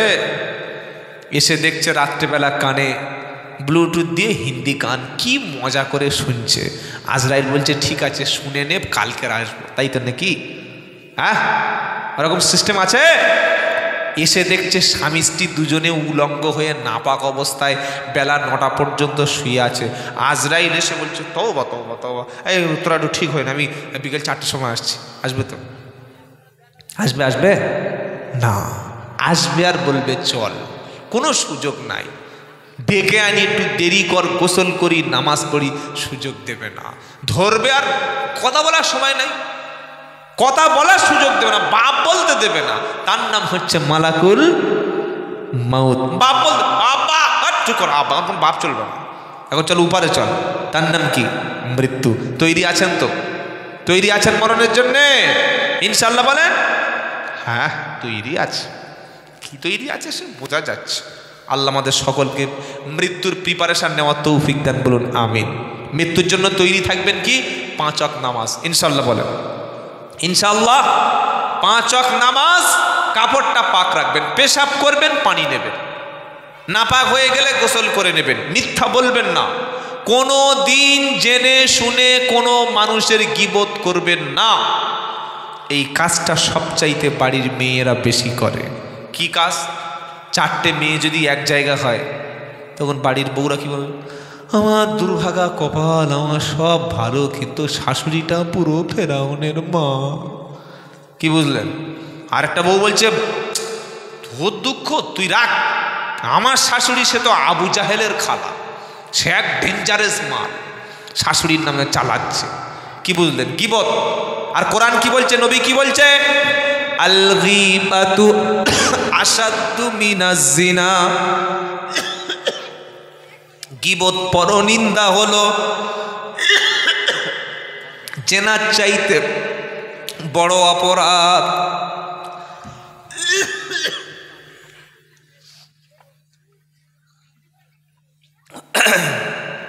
জেনা করলে মাফ করবেন কে?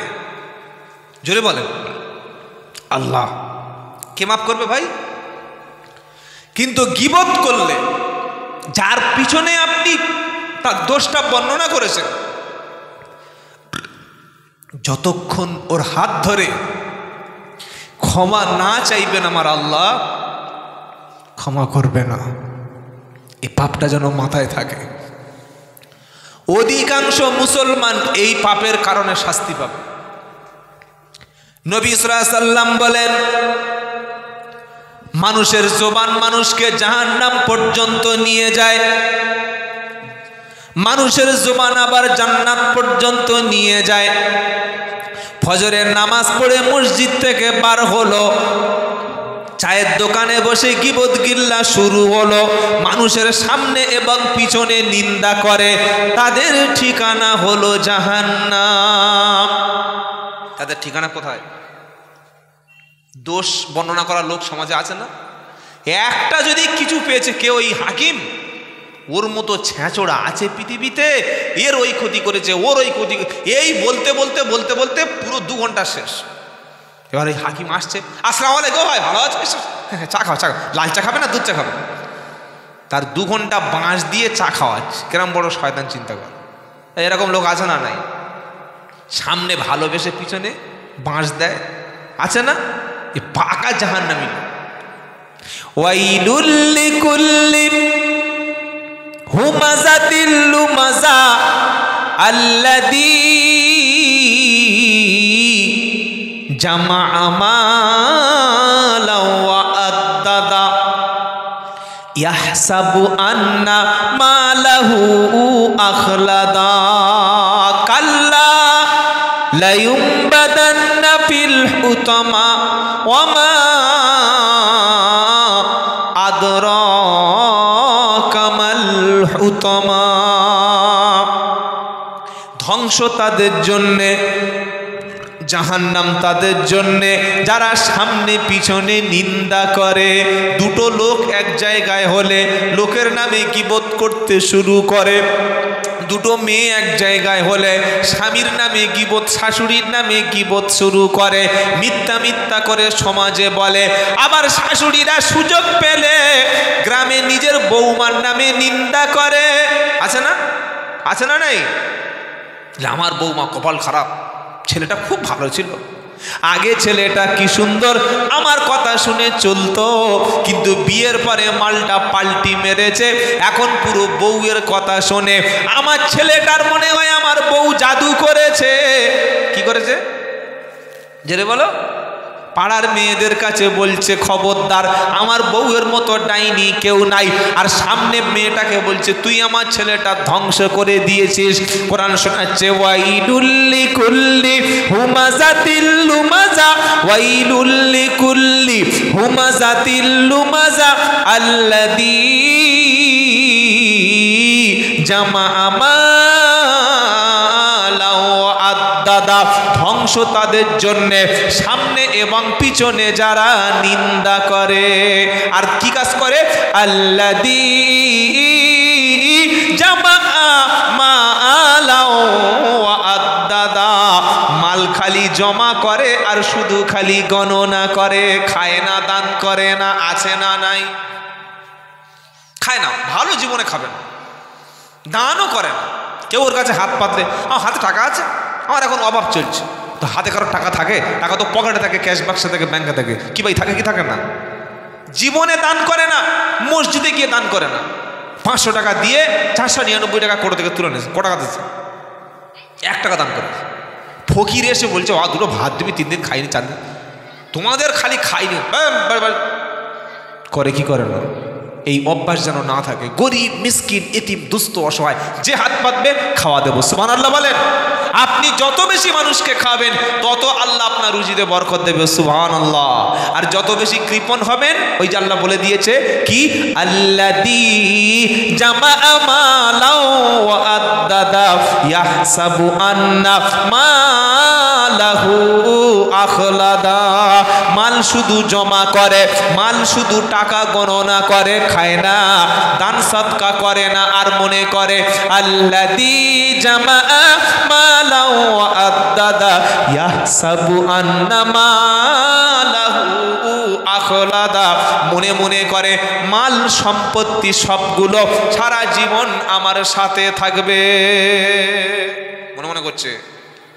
বুড়ো মরে যাচ্ছে, বউ বলছে কই গো জমি লিখবে না, বলছে বুড়ি মুখ সমান করে দেব, জমি চাইবি না। মেয়েটা বউ জমি দেয়নি। মেয়েরা এসে বলছে আব্বা 5 বিঘে জমি, 2টো ছেলে 3টে মেয়ে, জমিগুলো তোমার তো মরণের সময় হয়ে গেছে আব্বা, জমি কি তুমি ভাগ করবে না? তখন বুড়ো একটা বাজে কথা মুখ খারাপ করে বলছে জমি তোদের নামে দেব না, জমি দিয়ে দিল ছেলেদের নামে, মেয়েদের নামে জমি দেয় না। মরণ যখন এসে গেল তখন বড় ছেলে বলছে মা আব্বা কি এখনো বেঁচে আছে? বলছে তোর আব্বার জন্য ডাক্তার আন। ডাক্তারখানায় গিয়ে বলছে ডাক্তার আমার আব্বার অবস্থা ভালো না, ছুটোছুটি করে চলো। ডাক্তার দেখে বলছে তোমার আব্বার হায়াত নাই। তো বলছে এখনো বেঁচে আছে। বললে ওর এবার কঠিন রোগে আক্রান্ত হয়েছে। বললে এমন কোন ওষুধ আছে বুড়োটার ঘুম পড়িয়ে দাও, 3 বিঘে জমি একা ঝাড়বো। যে বোনের সম্পত্তি খেয়েছে, নিজের ভাইদের জমিগুলো খেয়েছে, এই ব্যক্তিকে আমার আল্লাহ কখনো ক্ষমা করবে না। নামাজ কাজা করেছেন মাফ হবে, আল্লাহ চাইলে হবে কি হবে না? রোজা কাজা করেছেন আল্লাহ চাইলে মাফ হবে। হয়তো কোনো একটা ভালো কাজ করতে পারেন নাই, মাফ হবে। আল্লাহ চাইলে ক্ষমা করতে পারে, আবার চাইলে তিনি শাস্তি দিতে পারেন। কিন্তু বোনের সম্পত্তি, মেয়ের সম্পত্তি, ভাইদের সম্পত্তি যদি কেউ ঠকায়, জীবনে কখনো ক্ষমা হবে না। ওই বোনটা যদি ক্ষমা না করে, জলসার দিন তো সবাই বাড়িতে এসছে, বোন এসছে কি গো? বোন কি জলসার দিন বাড়িতে দাওয়াত করে এনেছি? 4টে শালি, 4টে ভাড়াবাই 2 দিন আগে থেকে চলে এসছে। শালি আমার বাড়িতে আসতে হবে, ভাড়াবাই আসতে হবে, কিন্তু বোনের কোনো খবর নাই। কতদিন আগে মা মারা গেছে, সেই শেষবারের মতো বোন ঘুরে চলে গেছে। আর 3 বছর পরে বাপ মারা গেছিল, বাপের বাড়ি থেকে শেষবারের মতো বোনটা চলে যাচ্ছে, চোখের পানিটা ফেলে যাচ্ছে আর বলছে বাপের জমি তো পেলাম না, মায়ের সম্পত্তি তো পেলাম না, শেষবারের মতো বাড়ি থেকে চলে বার হয়ে গেলাম, জীবনে এ বাড়ি আর কখনো আসা হবে না। আর আমার যা দাজ্জাল ভাবি আর আমার যা ভাই জীবনে কখনো আমাদেরকে ফোন করবে না। আজকে 13টা বছর হয়ে গেল, ভাই আছে কি না মরে গেছে, ভাগনাগুলো বেঁচে আছে কি মারা গেছে, এটা বড় বোন আর জানে না। বোনকে কাঁদিয়ে জলসায় বসে বসে দরুদ পড়ছে, আল্লাহুম্মা সাল্লু আলা, ফেরেশতারা শোলে ফেলে ফেলবে, ছাল্লু বার করে দেবে।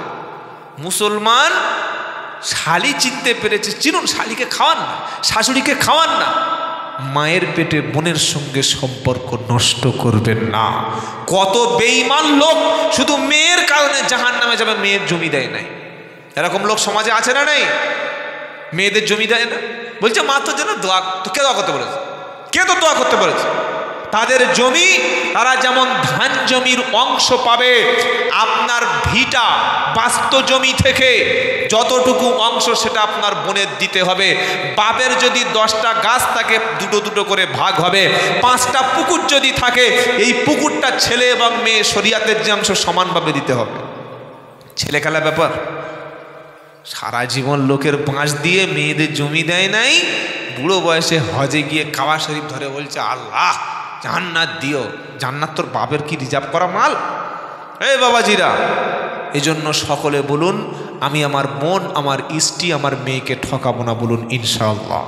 আল্লাহ বলছেন ওয়াইলুল লিকুল্লি হুমাজাতিল লুমাজা, ধ্বংস তাদের জন্যে যারা সামনে এবং পিছনে নিন্দা করে, মাল শুধু জমায়, মাল খরচ করে না। আপনি নিতে তো পারবেন, কবরে মাল নিয়ে যেতে পারবেন না। এমন একটা কাপড় দেবে যার কোনো পকেট নাই। কি গো? কাপড়ের কোনো পকেট নাই, নেওয়ার কোনো সুযোগ নাই। তাই সারা জীবন বিশ্বনবী মানুষকে দিয়ে গেছেন, বলুন সুবহানাল্লাহ। একবার নবীজি সাল্লাল্লাহু আলাইহি সাল্লাম তিনি একটা সুন্দর পাঞ্জাবি, সুন্দর জুব্বা পরে বসে আছে। একজন জোয়ান ছেলে এসে বললেন আসসালামু আলাইকা ইয়া রাসূলুল্লাহ, আপনার সুন্দর জামাটা আমার পছন্দ হয়েছে। আমার নবী, বিশ্ব নবী ওই পাঞ্জাবিটা দেখলেন একটা, তাকে দান করে দিলেন। এটা সূরা বানী ইসরাইলের 29 নম্বর আয়াতের তাফসীর থেকে আপনাদের বলছি, তাফসীর ইবনে কাসিরে লেখা আছে। নবী পাঞ্জাবিটা দান করে দিলেন। আচ্ছা, যদি আমার একটা জামা থাকে আর ওটা যদি দান করে দিই তাহলে আমার কিছু আছে?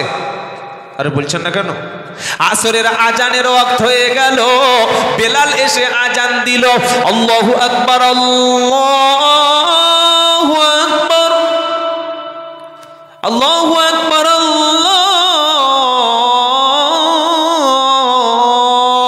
আকবার।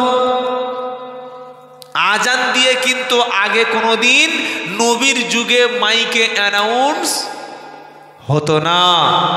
আর আমাদের এলাকায় কিছু কিছু মসজিদে দেখবেন কি হয় জানেন, ফজরে আজান হয়ে গেছে, জামাতের আর 20 মিনিট বাকি আছে, মসজিদে বলছে আর ফজরের জামাতের 20 মিনিট বাকি আছে, উঠে পড়ো। কোথায় উঠে পড়ো? তো ঘাড়ে খ্যাপা কথাগা।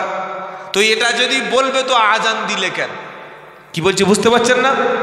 এটা তো আজানের সঙ্গে তামাশা করা হচ্ছে। কি গো? আজানের সঙ্গে তামাশা, আজানের গুরুত্ব কমিয়ে দেওয়া। আল্লাহর নবীর মসজিদে আজান ছাড়া আর অন্য কোনো ঘোষণা, জোরে বলুন, হতো না। আজানের পরে মসজিদে হাঁকা, এটা সুস্পষ্ট আজানের সঙ্গে তামাশা করা। তাহলে আজান দেওয়ার দরকার নাই। কি ফজরের 20 মিনিট আগে একবার বলে দিলে হয়, আর 20 মিনিট বাকি আছে ভাই, তোরা এবার সব যা করছিস সব ছেড়ে দিয়ে চলে আয়, বললে হয়ে যায়।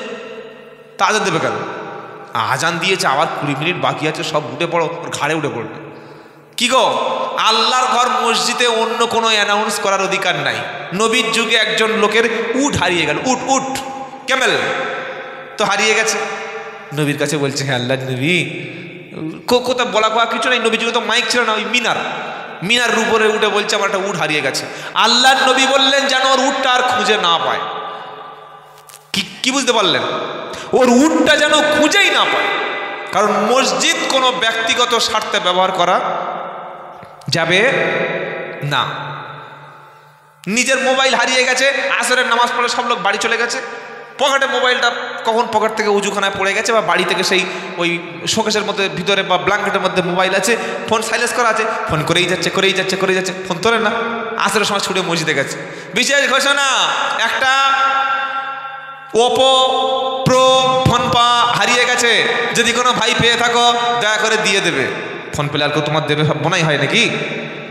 নবীর মসজিদ থেকে, মুসলমানদের মসজিদ থেকে আজান ছাড়া অন্য কিছু অ্যানাউন্স দেওয়ার কোনো বিধান শরীয়তে নাই। হারানো কোনো বস্তুর, হারিয়ে গেছে কিছু বস্তু, এটা ঘোষণা দেওয়ার প্রয়োজন মসজিদে। আল্লাহর নবী নিষেধ করেছেন, যদি কেউ হারানো বস্তু মসজিদে ঘোষণা দেয় তার মানে সে মসজিদকে নিজের স্বার্থে ব্যবহার করছে। কিছুদিন আগে সরকার বলল যে পোলিও যারা খায় যেন করোনার টিকা নেয়, মসজিদে ঘোষণা না, এটা চলবে না। কি বলছেন আপনি? এটা আল্লাহর ঘর, এখান থেকে দুনিয়ার কোনো স্বার্থে কিছু ঘোষণা হবে না। অনেক সময় মসজিদে দেখবেন ওই মারা গেছে, একজন মারা গেছে, তো একজন মারা গেছে বাবা একবার বলে দিলে হয়ে গেল। সকাল থেকে তারপরের দিন 10টায় জানাজা 40 বার বলছে। লোকটা পয়সাওয়ালা ছিল তো, হাজি আব্দুল কুদ্দুস চাচা মারা গেছে, তার জানাজা কাল সকাল 10টায় হবে। ফের জোহরে বলছে, ফের আসরে, ফের মাগরিবে, ফের এশায়, ফের রাত 11টায়, ফের ফজরে, ফের জানাজার 20 মিনিট আগে। ইমাম বলছে বলার দরকার নাই, বলছে লাস্ট চলে এসেছে আরেকবার বলো। তো লাস্ট চলে এসেছে, ওরা কি করছে? খেলা করছে? লাস্ট চলে এসেছে দেখতে পায় না? ফের মসজিদে বলতে পারে, এ বলে কি বলে না, কথা বলে না। এটা তোমার কে বলতে পারে যে মসজিদ তোমার বাপের মরার ঘোষণার জন্য মাইক কেনা হয়েছে? যদি মাইক কেনার সময় এরকম কথা বলে যে এই মাইকটা কিনছি বা মাইক দান করছি, মসজিদের মাইক একজন দান করে তো? এই কথা বলে না। মসজিদের মাইক কেউ দান করে তো, নাকি সরকার দেয় না? মসজিদের মাইক দান করার সময় যদি কেউ বলে যে এই মাইকটা দান করছি, মসজিদে আজান হবে, আর আজানের সাথে সাথে কোনো ব্যক্তি মারা গেলে এই মসজিদ থেকেই ঘোষণা হবে, তাহলে মসজিদে ঘোষণা দেওয়ার যায়। আল্লাহর ঘরে শুধু খাস নিয়েতে মসজিদ কিনেছে, একবার মারা গেছে বাবা একটু গ্রামকে লোক বলে বাস ঠিক আছে, তা না করে বারবার বারবার বারবার পয়সাওয়ালা লোক ওর খানায় বেশি লোক খাবে, সেই কারণে 40 বার ঘোষণা দিচ্ছে। ইমাম সাহেব যদি মসজিদে বলতে মানা করে যে বাবা মরা লোক এতবার মসজিদে মাইকে ব্যক্তিগত ব্যাপারে তুমি বলো না, ও হুজুর তোমার এত হিংসা হচ্ছে কেন? মসজিদ তোমার বাপের, তো মসজিদ ইমাম সাহেবের বাপের না তোর বাপের মসজিদ? ছাগল কোথাকারে, মসজিদে বাপ মরে গেছে 14 বার অ্যানাউন্স করে কি করে না, বলছেন না কেন? সেজন্য আজান ছাড়া মসজিদে অন্য কিছু ঘোষণা হবে না। হারিয়ে গেছে, জুতো হারিয়ে গেছে, কিরকম ছাগল একবার চিন্তা করো, জুতো হারিয়ে গেছে মসজিদে অ্যানাউন্স হয়েছে, আমার জুতোটা হারিয়ে গেছে, কেউ নিয়ে থাকলে তোমার জুতো কপার সাথে, আমার আল্লাহর ঘরে মসজিদ তুমি জানো না? এটা মনে থাকে যেন, কথা মনে থাকবে ইনশাআল্লাহ। বাবাজিরা, আল্লাহ ভাইরা, জ্ঞানী জনেরা, শুধু মানুষরা নাই নিষ্ঠ মানেরা, আল্লাহ পাক সাফ শুনিয়ে দিচ্ছে। আল্লাহর নবীর আসরের আজান হয়ে গেল। আজান যখন হয়ে গেল, বেলাল রাদিয়াল্লাহু তাআলা আনহু আজান দিয়ে মসজিদে নববীতে বসে আছে, কারণ ততক্ষণ বেলাল নামাজ শুরু আর তাকবীর দেবে না যতক্ষণ আল্লাহর নবী তার হুজরা মোবারক থেকে বার হবে না। জোরে বলুন সুবহানাল্লাহ। সাহাবাদের এত আদব ছিল, এত ভদ্র ছিল, এত ডিসিপ্লিন মেনটেন করতেন তারা, যতক্ষণ আল্লাহর নবী তার নিজের খাস কামরা হুজরা মোবারক থেকে বার হয়ে মসজিদের মধ্যে পা না রাখতেন, ততক্ষণ সাহাবারা বসে বসে আল্লাহর ঘরে আল্লাহ জিকির করতেন। জোরে বলুন, কি করতেন? আল্লাহর ঘরে আল্লাহর জিকির করতেন। আর আল্লাহর নবী যখন মসজিদের মধ্যে পা রাখতেন, বেলাল তখন তাকবীর দেওয়া শুরু করতেন। বেলাল তাকবীর দিতে শুরু করলে নবী হুজরা মোবারক থেকে চলে আসতেন। আসরের আজান বেলাল রাদিয়াল্লাহু আনহু দিয়েছে 20 মিনিট 30 মিনিট, আধ ঘন্টা সময় পার হয়ে গেছে। তারপরে বিশ্ব নবী তিনি মদিনার মসজিদে আসছে না। মুসাল্লিরা ভাবলেন বিশ্ব নবী মনে হয় অসুস্থ হয়ে গেছে নাকি আল্লাহর নবী ঘুমিয়ে পড়েছে। একজন ব্যক্তিকে বিশ্ব নবীকে ডাকতে পাঠিয়ে দেওয়া হলো। আর আমার নবী এত ভদ্র নবী, তার শরীরের জামাটা একটু আগে তো তিনি একজনকে দান করে দিয়েছিলেন, এখন খালি গায়ে কি নবী মসজিদে যাবে? খালি গায়ে যাবে? খালি গায়ে যাবে? হ্যাঁ না না বলুন, আরে সবাই বলবেন তো। খালি গায়ে যাবে না। সবে টাটকা বিয়ে দিয়েছে, ছেলের বৌমার বয়স 19, ফার্স্ট ইয়ারে পড়তো, বিয়ে দিয়েছে। আর শ্বশুরের মানে ছেলের বড় ছেলের বিয়ে হয়েছে, শ্বশুরের বয়স এখন 32 হয়নি, 32 থেকে 33 বয়স, টাটকা শ্বশুর। সকালবেলা শীতকালে 10টার সময় গোসল করে একদম ওই রকম হ্যান্ডসাম চেহারা, 6 প্যাক, আর এরকম হানি সিংয়ের মতো গোঁপ, আর মাথাটা চুল কালো কুসকুসে। বলছে ও বৌমা, বৌমা একটু ওই বডি অয়েলটা এনে আমার একটু পিঠে দিয়ে দাও দেন, পিঠে একটু পায়ে একটু দিয়ে দাও দেন। কোনো যুবতী নতুন বিবাহিতা ইয়াং মেয়ে ছেলের বউকে দিয়ে টাটকা জোয়ান শ্বশুর বডি অয়েল মালিশ করতে পারবে? বুড়ো লোক বললে হবে, জোয়ান লোক তো বলতে হবে। কি গো, এই পারবে? পারবে? আমাদের সমাজে করে কি করে না। শাশুড়ি বলছে ও মা, তোদের আক্কেল শরম নাই? তোর শ্বশুরটা বসে আছে, পিঠে একটু তেল দিয়ে আয়, পায়েটা লেগে গেছে, পাটা একটু টাইগার বাম দিয়ে ডলে দে, পাটা একটু টিপে দে। তো তোর কি হয়েছে? তোর কি হয়েছে? সমাজে জন মেয়ে, তার এখন যৌবন আছে, শ্বশুরের যৌবন, যদি ফেতনা করে, ফেতনা হতে পারে কি পারে না? কথা বলে না। আপনারা দেখেন নাই উত্তর ভারতে জন্ম দেওয়া বাপ তার 25 বছর মেয়েকে বিয়ে করেছে, দেখেন নাই? কথা বলে না। হ্যাঁ, জন্ম দেওয়া বাপ নিজের মেয়েকে বিয়ে করেছে এবং গর্বের সঙ্গে বলছে আমরা গর্বিত। এখনো আপনি ভাবছেন কিয়ামত আরো 500 বছর বাকি আছে, 2000 বছর বাকি আছে নাকি? কোন সমাজ এসে গেছে ভাবুন। এজন্য এরকম ফিতনা থেকে সাবধানে থাকবেন।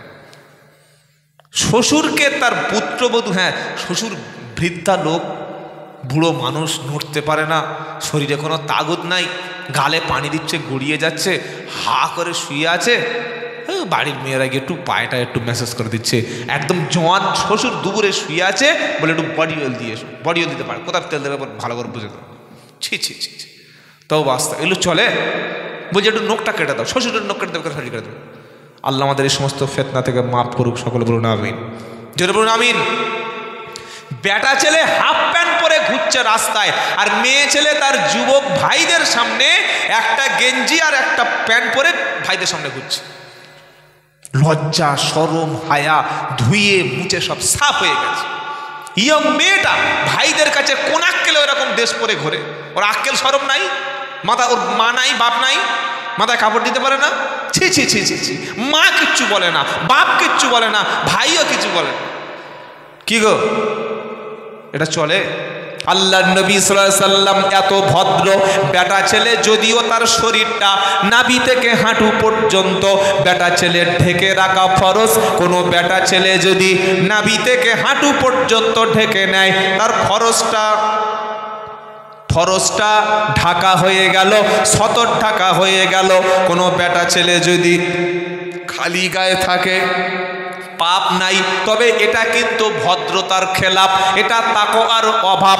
কোনো বেটা ছেলে এরকম খালি গায়ে ঘুরলে শরিয়াতে কোনো পাপ হবে না, কিন্তু ওই বেটা ছেলের চেহারা দেখে কোনো নারী যদি ফিতনায় পড়ে সেখানে কিন্তু সমস্যা আছে।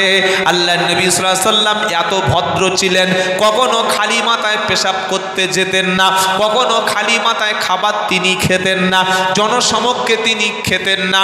তিনি সবার সামনে দাঁত বার করে ভিলেনদের মতো হ্যাঁ হ্যাঁ করে কখনো হাসতেন না।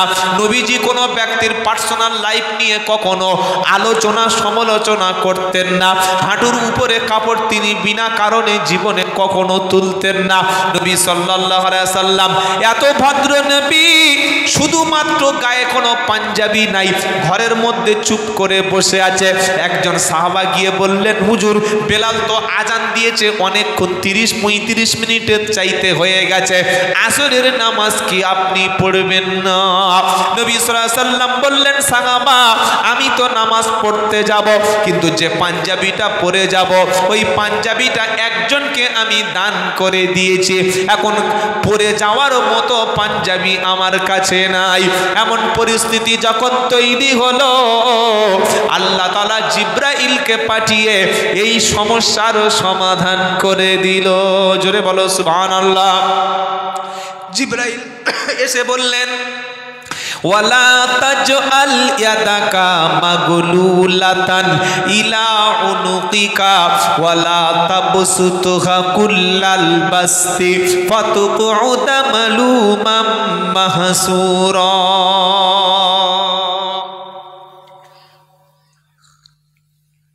কত আর ওয়াজ করবো বলুন তো? ওয়াজ করে করে দাঁত সব পেকে গেছে, সারাদিন সারা রাত বকতে হচ্ছে, আর ভালো লাগে? কি গো, এই পর্যন্ত থাক নাকি একটু বলবো? কি গো আর একটু বলবো?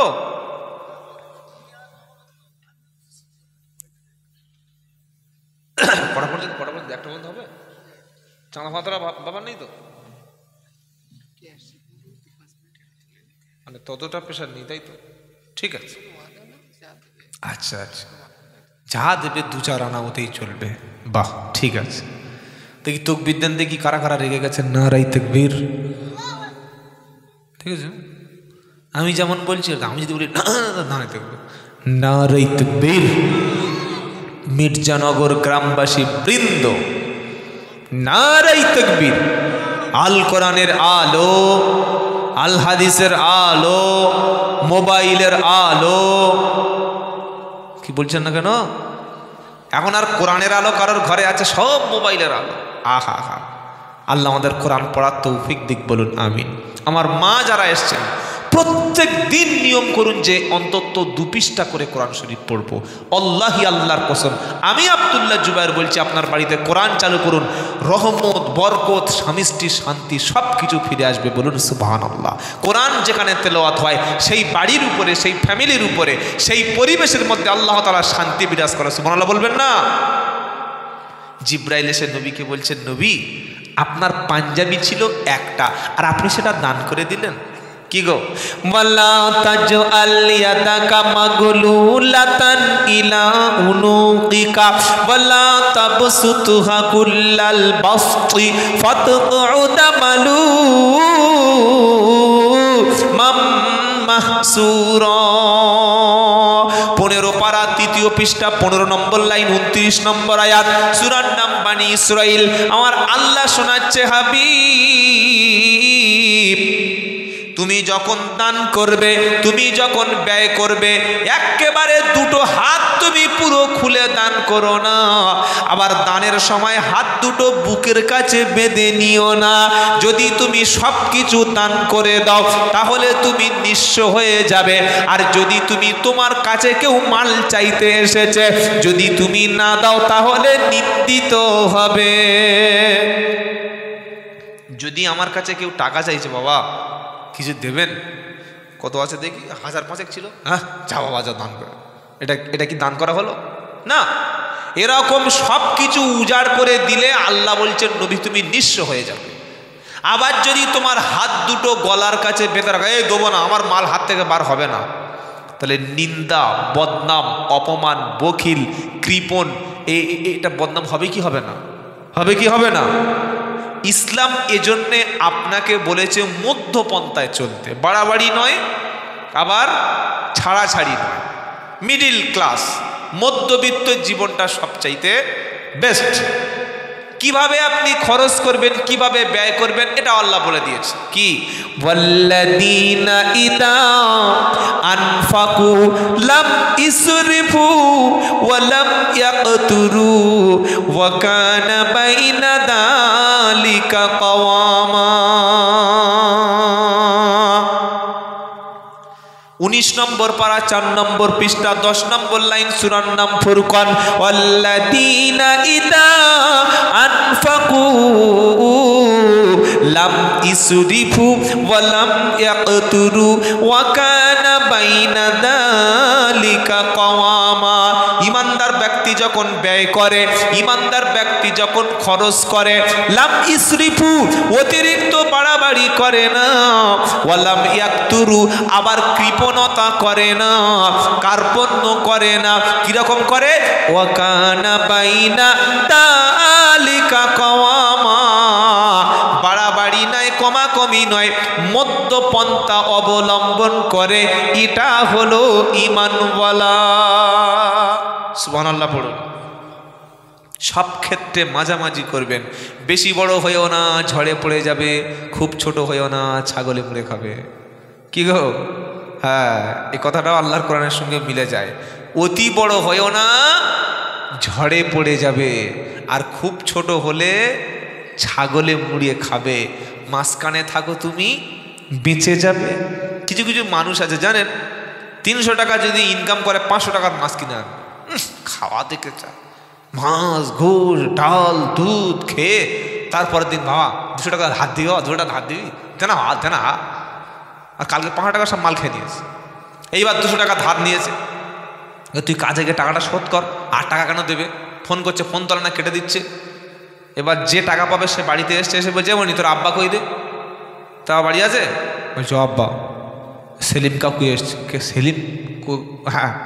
বলে গিয়ে বলবি যে আব্বা বাড়ি নেই। আর ছেলে ছোট মানুষ বোঝে না, বলছে ও কাকু আমার আব্বা বলেছে আব্বা বাড়ি নাই। কি বলছি বুঝতে পারছেন না? সমাজে টাকা নিয়ে দেয় না এরকম লোক আছে না? নাই? হ্যাঁ, টাকা দেয় কেন দিবি টাকাটা? হ্যাঁ, 200 টাকা না দিলে তুই মরে যাবি। 1 টাকা যদি কারোর ফাঁকি দেন, কিয়ামতের দিন আল্লাহ বুঝিয়ে দেবে ঝামেলা কি। 1 টাকা কারোর মেরে দিলে, জানাজার মাঠে লাশ সামনে এসে গেছে, আর ছেলে কাঁদতে কাঁদতে বলছে বাবা আমার আব্বা চলে গেছে, যাদের মাছ দিয়েছে বলো আমি সব দিয়ে দেবো। কি রে, টাকাটা জ্যান্ত অবস্থায় দিবি না? মানুষকে ফাঁকি দিয়ে, আমি বারবার আপনাদের সেই সন্ধ্যা থেকে যতক্ষণ কথা বলছি, মানুষকে ফাঁকি দিলে, মানুষের ক্ষতি করলে আল্লাহ ক্ষমা করবে না, এই মানুষের কাছে যদি ক্ষমা না চান। মারাত্মক অপরাধ। আল্লাহ আমাদের সমস্ত ঋণ থেকে হেফাজত করুক, সকলে বলুন আমিন। নবীজিকে এই আয়াতটা পড়ে আল্লাহ শুনিয়ে দিলেন বলে যে তুমি যে পাঞ্জাবিটা দান করে দিয়েছো, তোমার তো একটাই পাঞ্জাবি ছিল, একটাই পিরহান ছিল, ওটা তুমি দিয়ে গেলে, এখন তুমি কি পরে মসজিদে যাবে বলো? এজন্য ইসলাম বলছে তুমি পুরোপুরি সব যা কিছু আছে উজাড় করে দান করে দিলে নিঃস্ব হয়ে যাবে। আবার যদি মোটেই না দান করো তুমি কৃপণ হবে। তাই আমরা মানুষকে যখন দেব, দেওয়ার সময় আমার কতটুকু বাড়িতে আছে সেটা একটু ভেবে দেব। ইনশাল্লাহ বলেন, বলেন ইনশাল্লাহ। আপনার 5 কেজি চাল আছে, একটা ফকির সাহেব এসছে 5 কেজি ব্যাগ ধরে মাথা তুলে দিলেন, এবার খাবেন কি? এটা ইসলাম বলেছে নাকি? তাকে 500 দাও, 700 দাও, 200 গ্রাম 100 গ্রাম দাও, বাকিটা রেখে দাও, এটাই ইসলাম বলেছে। বলুন সুবহানাল্লাহ। বাবাজিরা, আল্লাহ ভাইরা, জ্ঞানীজনেরা, সুধী মানুষরা, ন্যায় নিষ্ঠবানেরা, আমার আল্লাহওয়ালারা, তাই আল্লাহ তাআলা শুনিয়ে দিচ্ছেন কুলু অশরবু ওয়ালা তুসরিফু, খাও এবং পান করো, অতিরিক্ত খরচ করো না। অপচয়কারীকে আমার আল্লাহ সুবহানাহু ওয়া তাআলা কখনো ভালোবাসে না। যাই হোক, এবার একটু বাপ মা সম্পর্কে 2-4টে কথা বলি। মনে রাখবেন, পৃথিবীতে যাদের বাপ এবং মা বেঁচে আছে তাদের সবচাইতে বড় পীর বেঁচে আছে। জোরে বলুন সুবহানাল্লাহ। মানুষ পীর খুঁজতে আজমিরে যায়, পীরের দোয়া নিতে কেউ বাগদাদে যায়, ঘুঁটিয়ারি যায়, গোরাচাঁদের কাছে যায়, ফুরফুরা শরীফে যায়, কেউ আপনার সেই পাথর চাপড়ি যায়। কোথায় যাচ্ছিস বাবা বউ নিয়ে? বললে আজমিরে। আজমিরে গেলে কি হবে? বললে 3 বার আজমিরে গেলে 1 বার হজ হবে। 3 বার আজমিরে গেলে, 3 বার আজমিরে গেলে হজের সমান। চামড়া ছাড়িয়ে বিট নুন দেবে, মনে থাকে যেন। বাপের কবরটা জিয়ারাত করো, মায়ের কবরটা জিয়ারাত করো। বাপ হলো সবচাইতে বড় পীর। আল্লাহর নবীর কাছে প্রশ্ন হলো, ইয়া রাসূলুল্লাহ, হাবিবাল্লাহ, সবচাইতে বেশি ভালো ব্যবহারটা কার সাথে করব? নবীজি বললেন তোমার মা। আবার প্রশ্ন হলো কে? আমার নবী বললেন তোমার মা। তৃতীয়বার প্রশ্ন হলো তারপরে কে? আমার নবী বললেন তোমার মা। চতুর্থবার প্রশ্ন হলো কে? আমার নবী বললেন তোমারও আব্বা। মাকে পেল 3 গুণ, আব্বা পেল 1 গুণ। মা পেয়েছে 75 টাকা আর আব্বা পেয়েছে কত টাকা? জোরে বলো। কেন? হামালাতুহু উম্মুহু কুরহা ওয়া ওয়াদাআতুহু কুরহা ও হামলুহু ওয়া ফিসালুহু সালাসুনা শাহরা। 26 পারা সূরা আহকাবের একদম 2য় পৃষ্ঠাতে 16 নম্বর আয়াত আল্লাহ পাক শোনাচ্ছে, হামালাতুহু উম্মুহু কুরহা ওয়া ওয়াদাআতুহু কুরহা ও হামলুহু ওয়া ফিসালুহু সালাসুনা শাহরা। আমি আল্লাহ তোমার মাকে 3 গুণ খেদমত বেশি করতে বলেছি, 3 গুণ ভালো বেশি বাঁচতে বলেছি। তার কারণ হলো, সর্বপ্রথমে তোমার মা তোমার জন্য যে কষ্ট করেছে ওটা পৃথিবীর কেউ করে না। তোমাকে 9 মাস 10 দিন 280 দিন তোমাকে বিনা স্বার্থে তোমাকে গর্ভে ধারণ করেছে। পেটে যখন বাচ্চা আসে, মা ঠিক মতো খেতে পারে না, মা ঠিক মতো ঘুমাতে পারে না, ছটপট ছটপট করে। বাচ্চা হওয়ার সময় হয়ে আসলে সারা রাত ঠান্ডার সময় মা বসে থাকে, চোখ থেকে ঝরঝর করে পানি পড়ে। মা কেঁদে বলছে, রব্বানা, এত কষ্ট করছি করি, আমার পেটের ছেলেটা যেন সুস্থ হয়, ও ছেলে যেন নষ্ট হয় না। 9 মাস 10 দিনের কষ্টটা, গর্ভে ধারণের কষ্টটা একমাত্র মা সহ্য করেছে। কোরআন 2 নম্বর বলল, তোমার ডেলিভারির যন্ত্রণা তোমার মা সহ্য করেছে। তুমি যখন দুনিয়ায় আসতে যাবে, যখন দুনিয়ায় হতে যাবে, মা 4-5 ঘন্টা সেন্সলেস, বেহুশ হয়ে গেছে, অজ্ঞান হয়ে গেছে, কত শরীর থেকে রক্ত বার হয়ে গেছে, মাথা থেকে পা পর্যন্ত রক্ত ভিজে গেছে। ছটপট ছটপট করে কাটা মুরগির মতো অবস্থা থেকে তোমাকে এবং আমাকে যখন তোমার মায়ের পেট থেকে থেকে টেনে টেনে বার করে আনা হলো। তোমার মা তোমার কান্নার আওয়াজটা তোমার মায়ের কানে যখন গেছে তখন মায়ের হুঁশ ফিরে পেল। 2 নম্বর কষ্ট হলো ডেলিভারির যন্ত্রণা, আর 3 নম্বর হলো তোমাকে 2.5 থেকে 2 বছর বুকের দুধ পান করিয়েছে। 3টে সবগুলো ভুলে গেলে, সবগুলো ভুলে গেলে। বউ বলছে এক কাজ করো, সংসার অনেক দিন করেছো, 6 মাস হয়ে গেছে বিয়ের পরে, তুমি হয় আমার নিয়ে সংসার করো আর তা না হলে বাপের বাড়ি চললুম, রইল ভোলা। হ্যাঁ বলো বলো বলো বলে দাও, এই তো বলে না, চললো ভোলা, বুঝতে পারছো, সব রেখে চলে গেছে। কেন? বলে না ওই এক সংসারে থাকবো না, আমার কুটকুট কুটকুট করে আমার শাশুড়ি আমার দেখতে পারে না খেতে। এরকম বলে কি বলে না? ছেলের বৌমা শাশুড়ির সঙ্গে চলবে না বলে জীবনে 40 বছর পর্যন্ত আন্দোলন করেছে। 40 বছর না, আমি শাশুড়ির সঙ্গে চলবো না। আর যখন ছেলের বউকে বিয়ে দিয়ে এনেছে এইবার বললে কি বউটা কে জান শাশুড়ির সাথে চলে না। তো তুমি তো 40 বছর একই আন্দোলন করেছো। কি ওর আন্দোলন কি ছিল? শাশুড়ির সঙ্গে চলবো না, আলাদা খাবো। আর এখন ছেলের বিয়ে দেখতে সালা ফেসে গেছিবে। এইবার বলছে ছেলে আমার কথা শুনে না, বৌমা আলাদা চলে। যারা বিবির কথা শুনে মাকে কষ্ট দিয়েছো, গজব নেমে আসবে, শুধু সময়ের অপেক্ষা করো। বাবাজিরা, আল্লাহ ভাইরা, এই মেয়েটা কোনোদিন আপনার জীবনে কল্যাণ বয়ে আনবে না। এরকম আপনার স্ত্রী আপনার জন্য কোনোদিন দিনদার স্ত্রী হতে পারে না, জীবন সঙ্গী হতে পারে না, যে সবাইকে নিয়ে চলার মতো মানসিকতা যার মধ্যে আছে। সবাইকে নিয়ে চলবে, হেসে খেলে চলবে, সবার সঙ্গে ভালো ব্যবহার করবে, তবেই তো সে মানুষ। শাশুড়ির সঙ্গে চলবে না। আল্লাহর কোরআন বলছে 3টি কষ্ট তোমার মা সহ্য করেছে। এখন তো সিজার, কি আগে সিজার ছিল নাকি? আরে হ্যাঁ না বলে না, আজ থেকে 30 বছর আগে সিজার ছিল। বাচ্চা হতে হতে যাওয়ার দিন সকালবেলা মা সংসারে কাজ করেছে, আগের দিন গরুর দুধ দুয়েছে, তার আগের দিন রান্না করেছে, তার আগের দিন জামা কাপড় কেচেছে। আর এখন পেটে বাচ্চা আসলে খালি চেকআপ চেকআপ।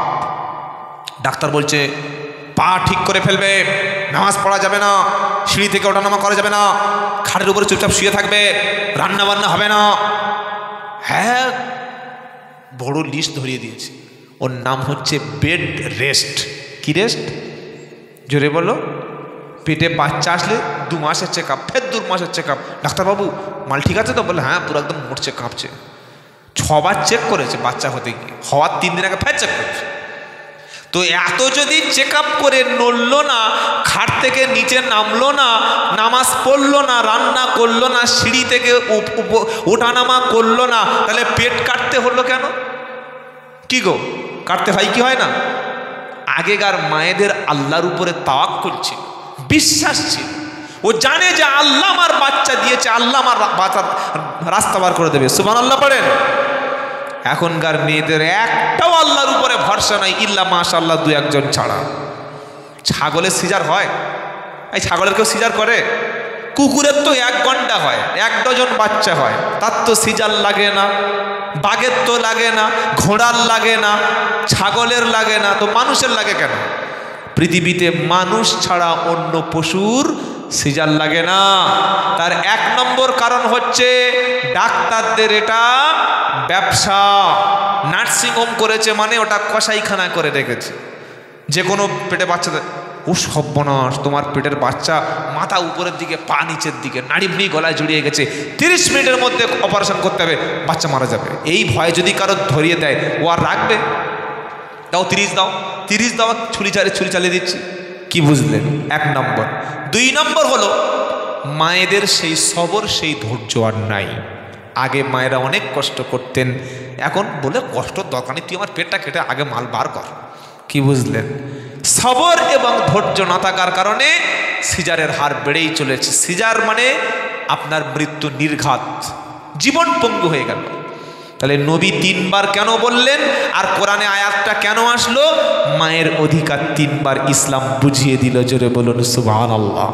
এইবার আল্লাহ তাআলা বলছেন তুমি যখন ব্যয় করবে, তুমি যখন খরচ করবে, সর্বপ্রথম তোমার টাকা, তোমার খাবার, তোমার ফসল, তোমার গিফট, তোমার হাদিয়া আগে কার বাড়িতে যাবে? পীরের বাড়িতে, ইমাম সাহেবের বাড়িতে, মুফতি সাহেবের বাড়িতে, না হুজুরের বাড়িতে, না আগে তোমার উত্তম হাদিয়াটা বাপ মা পাবে? কে পাবে? জোরে বলুন, কে পাবে? কে? বাপ মা যে পাবে। এটা আমাদের কথা বললে হবে না, আল্লাহর কথা বলতে হবে। কার কথা? ইয়াসআলুনাকা মাযা ইনফিকুন কুল মা আনফাকতুম মিন খায়রিন ফালিল ওয়ালিদাইনি ওয়াল আকরাবিন ওয়াল ইয়াতামা ওয়াল মাসাকিন ওয়াবনিস সাবিল ওয়ামা তাফআলু মিন খায়রিন ফাইন্নাল্লাহা বিহি আলিম। দ্বিতীয় পারা 12 পৃষ্ঠা 14 নম্বর লাইন 215 নম্বর আয়াত সূরা বাকারাটা পড়ে দেখবেন। মাঝে মাঝে কোরআন একটু বাংলায় পড়বেন। কেন? বাংলা কোরআন পড়লে আমার আল্লাহ কি বলেছে ওটা আপনি জলের মতো পরিষ্কার হয়ে যাবে। জোরে হবে না সুবহানাল্লাহ। আমার নবীর কাছে সাহাবারা বললেন, হে আল্লাহর নবী, আমরা যখন টাকা খরচ করব, আমাদের মাল খরচ করব, সর্বপ্রথমে কার পিছনে টাকা খরচ করব? এবার নবীজি বলছেন, আল্লাহ নবীকে বলাচ্ছে, কুল মা আনফাকতুম মিন খায়রিন ফালিল ওয়ালিদাইনি ওয়াল আকরাবিন। হে আমার নবী, আপনি বিশ্ববাসীকে বলুন, আপনার উম্মত যখন হাদিয়া দেবে, উম্মত যখন ভালো ফল কিনবে, উম্মত যখন বাড়িতে ভালো মাংস রান্না করবে, বাড়িতে একটু ভালো খাবার রান্না হবে, খাবারটা হাদিয়াটা আগে কোনো ইমাম সাহেবের বাড়ি যাবে না, পীর সাহেবের বাড়ি যাবে না, মুফতি সাহেবের বাড়ি যাবে না, হাদিয়াটা খাবারটা আগে ওর আব্বা আম্মার কাছে যাবে। সুবহানাল্লাহ মুখ থেকে বার হবে? খাবার চলে যাচ্ছে হুজুরের বাড়িতে, আর বলছে সুবহানাল্লাহ। মুরগি জবাই করে, ও হুজুর আমার মা মুরগি জবাই করে তোমার খাওয়াবে। আর ও বাপটা, হ্যাঁ বাপ বুড়ো মানুষ খেলে এক্ষুনি পায়খানা করবে, খাওয়ায় হুজুরের খাওয়া। হুজুরের দাওয়াত করে দেখি এরকম বড় দুটো লেগ পিস, খাবি কিরে বাবা, ঝাঁঝে মরে যাবি। হুজুর খাচ্ছে আর কি মারাত্মক চিকেন। ফেরেশতারা বলছে, হুজুরের চিকেনটা আগে লেগ পিসটা খোল দেখি। শুনে রাখো মুসলমান, যখন মুরগি জবাই করবে, ভালো খাসির গোশত রান্না করবে, দামি ফল কিনবে, খাঞ্জায় করে প্লেটে করে সাজিয়ে বাপ আর মাকে ডেকে পাশে বসিয়ে খাবে। কোনো পীর সাহেবের ডেকে তাবিজ লাগবে না, কোনো হুজুরের ফুঁক মাথায় লাগবে না, তোমার বাড়িতে নিশ্চয়ই রুজিতে বরকত হবে। জোরে বলুন সুবহানাল্লাহ। মিলাদের দিন হুজুরকে এনে দেখি পা টিপছে। সেদিন কোথায় গেলাম, হুগলি, হ্যাঁ হুগলি। ওখানে আপনার বয়স কত? 32? তো মনে হচ্ছে যেন 48। কি বুঝলেন? আল্লাহ কবুল করুক, আল্লাহ ক্ষমা করে দিক। আমার বয়সেই 33 রান করবে, চলবে এবার 32.5। আর একটা লোক দেখি বলছে, হুজুর একটু, হুগলি না ওটা ভুল আছে, সরি আপনার মেদিনীপুর, ওই ঝাড়গ্রাম থানা ওটা, মানে আপনার ওই উড়িষ্যার আগে ঝাড়গ্রাম। ওখানে মসজিদে গিয়ে সবে একটু সুইচি খেয়ে একটু পরে বক্তব্য করবো, একটা ছেলে দিকে হঠাৎ এসে পা টিপছে। কি রে, কি বললে? হুজুর একটু পা টিপি। পাগলা, পা টিপবি কেন? পা টিপার জিনিস কি বুঝলেন? পা টিপছে। কিছু কিছু বেয়াদব হুজুর আছে, নিজের বয়স 28 আর ওর বাপের 65 বছরের বাপদের পা টেপাচ্ছে। দেখেছেন না? দেখেন না? বললে বাবা অনেক কষ্ট করে এসছে, অনেক দূর থেকে মাটি কেটে এসছে। কি বুঝলেন? যেন জেসিবি চালায়। এসি গাড়িতে ঠ্যাং নেচে নেচে শুয়ে এসে দামি পরোটা দিয়ে নরম গোশ দিয়ে খেয়ে নাক ডাকাচ্ছে, বলছে খুব কষ্ট হয়। পাগল কথা কারে। তা আমার থেকে পা টিপছে। আমি আমার পা আছে তা টিপবি, আমার তো দুটো বাঁশ আছে পায়ে, কি পা টিপছে, আমি পা টিপি না। বলছে না হুজুর একটু দাঁত ফেলে দেবো মেরে। হুজুরের পা টিপলে সবাই কে বলেছে? হুজুরের পা টিপলে জান্নাত, হাদিসের নামটা বল। যদি কখনো পা টিপে জান্নাতে যেতে হয়, শুনে রাখো আমি আব্দুল্লাহ জুবাইর বলছি, তোমার ওই আব্বার পায়ের কাছে বসো যে আব্বা তোমাকে মানুষ করার জন্য ব্যাঙ্গালোরে 5 বছর, গুজরাটে 3 বছর, উড়িষ্যায় গিয়ে 7 বছর, এই ঠান্ডার সময় রাস্তায় কাজ করতে করতে, মাঠে কাজ করতে করতে পাটা শীতকালে বেঁকে গেছে, পাটা হেঁটে ছুটে ছুটে পা ফুলে গেছে, পায়ের তলায় লরির টায়ারের মতো শক্ত হয়ে গেছে, পায়ের আঙ্গুলগুলো লোহার মতো বেঁকে গেছে, ওই বাপের পাটা শীতকালে কবার টিপেছো বলো? ছুটে এসে পা টিপছে, পা টিপতে টিপতে আরো কি টিপে দেবে আল্লাহ জানে। কি ছি ছি ছি ছি, যেগুলো করতে আছে এরকম পা কোনোদিন টেপায়? এটা সুস্পষ্ট ভণ্ডামি ছাড়া কিচ্ছু নয়। আমি মেদিনীপুর গেছি, জায়গাটার নাম কেশপুর, নাম ধরে বলে দিচ্ছি কেশপুর মেদিনীপুরে। ওখানে একটা পীর সাহেব আছে, লাড্ডু পীর। এই বক্তব্যটা করেছিলাম বলে আমাকে ওখানে মেরেই ফেলে দিচ্ছিল, পালিয়েছি খুব কায়দা করে। লাড্ডু পীর। তো ওই পীর সাহেব যখন আসে, দুটো পা এরকম তুলে দেয় আর বাড়ির মায়েরা বাবার পা চুমো খায়। আল্লাহ নবী এরকম করেছিলেন সাহাবাদের? একটা সাহাবার নাম বলুন যে আল্লাহ নবীর পা টিপেছিলেন? এসব নোংরামি ছাড়া কিচ্ছু নয়, ভণ্ডামি। আবার কিছু কিছু লোক বলছে পীরের পায়ে হাত দিয়ে সালাম কর, সালাম কর, দাঁত ফেলে দেবো শয়তান কথা। পা সালাম করার জায়গা? ছাবলামি হচ্ছে। সালাম পায়ে করতে যাওয়া মানে সেজদার মতো হয়ে যাচ্ছে, চাই কি যায় না? আল্লাহর নবী সাহাবাদের সুন্নাত, হাতে সালাম, সালাম দাও, মুসাফা করো। সাহাবারা হাতে চুমু খেতেন, বড্ড জোর কপালে চুমু খেতেন। চুমু কোথায় খেতে হয় তাও মালের হুঁশ নাই। মেয়ের চুমু খেতে হয় কপালে, ছেলের চুমু খেতে হয় কপালে, বিবির বুঝে না, আর বাপ মার চুমু খেতে হয় কপালে। আরে হারামপুর চলে গেছে পাততলায়, পাততলায় চুমু খায়? পায়ের নখে পুঁজ জমে আছে, ধুলো আছে, ছাগল কোথাকার। হ্যাঁ, কোনোদিন এই সমস্ত ভণ্ডামি করবেন না। বলছেন না কদম বুঝি, কে শিখেছে কদম বুঝি? জায়েজ নয়। সাহাবারা যেটা করেনি সেটা আমরা কেন করতে যাব? না হুজুর এসছে কদম বুঝি, আর বলছে পায়ে হাত দিয়ে সালাম কর, বলে না? বলে কি বলে না? নতুন বউ এসছে বলছে মা এটা তো শ্বশুর, পায়ে হাত দিয়ে সালাম কর। জায়েজ নয়, করবেন না। কারণ এই কপাল আর এই মাথা আল্লাহ ছাড়া পৃথিবীর দ্বিতীয় ব্যক্তির কাছে নিচু করা হারাম।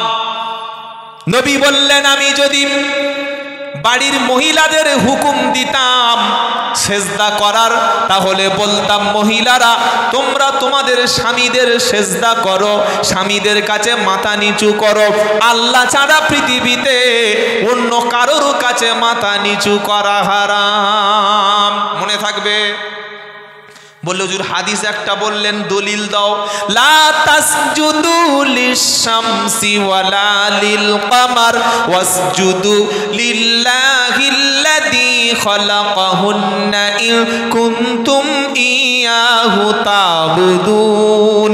আল্লাহ বলছেন চন্দ্র এবং সূর্য এদেরকে তোমরা সেজদা করো না, সেজদা করো তাদের, সেজদা করো তার যিনি চন্দ্র এবং সূর্য বানিয়েছেন, তিনি হলেন আল্লাহ রাব্বুল আলামিন। জোরে বলুন। কদমবুসি করতে গিয়ে ঈমান নষ্ট করবেন না। যত বড় পীর সাহেব বলুক আর যত বড় মুফতি সাহেব বলুক, সাহাবারা যেটা করেনি, নবীর সঙ্গে সাহাবারা যে মুআমালাতের মধ্যে ছিল না, ওটা আমরা করব না। যত বড় হুজুর এসে বলুক করব না। কেন? যে কাজে ভয় আছে সে কাজ আমরা করব না। ওখানে ঈমান যাওয়ার ভয় আছে না নাই? কি গো বাবাজিরা, পায়ে কদমবুসি করতে গিয়ে যদি মাথাটা পায়ের কাছে নিচু হয়, ঈমান যাওয়ার সম্ভাবনা আছে না নাই? কথা বলে না? সাহাবারা কি করতেন? হাতে মুসাফা করতেন সালাম দিয়ে, ইয়াগফিরুল্লাহু লানা ওয়া লাকুম। এটা সুন্নাত, মনে থাকবে ইনশাআল্লাহ। হাতের উপরে চুমু খাওয়া এটা সুন্নাত, কপালে চুমু খাওয়া এটা সুন্নাত। বাচ্চাদের মাথায় আল্লাহর নবী হাত দিয়ে দোয়া করে দিতেন, বাচ্চাদের মাথার উপরে চুমু খেতেন, এটা সুন্নাত। তাহলে পায়ের নখ চুষতে হবে? আল্লাহ মাফ করে দিক সকলে, জোরে বলুন আল্লাহুম্মা আমিন। যদি কখনো পা টিপতে হয় বাপের পাটা একটু টিপে দেবেন। যদি কখনো কাউকে খাইয়ে জান্নাতে যেতে হয়, মাকে খাওয়াবেন, জান্নাত পেয়ে যাবেন। জোরে বলুন সুবহানাল্লাহ। পৃথিবীতে তিনটে ব্যক্তি আছে যারা দোয়া করলে সাথে সাথেই কবুল হয়। নবীজি বলেছেন সালাসু দাওয়াতুল মুস্তাজাবাত লা শাক।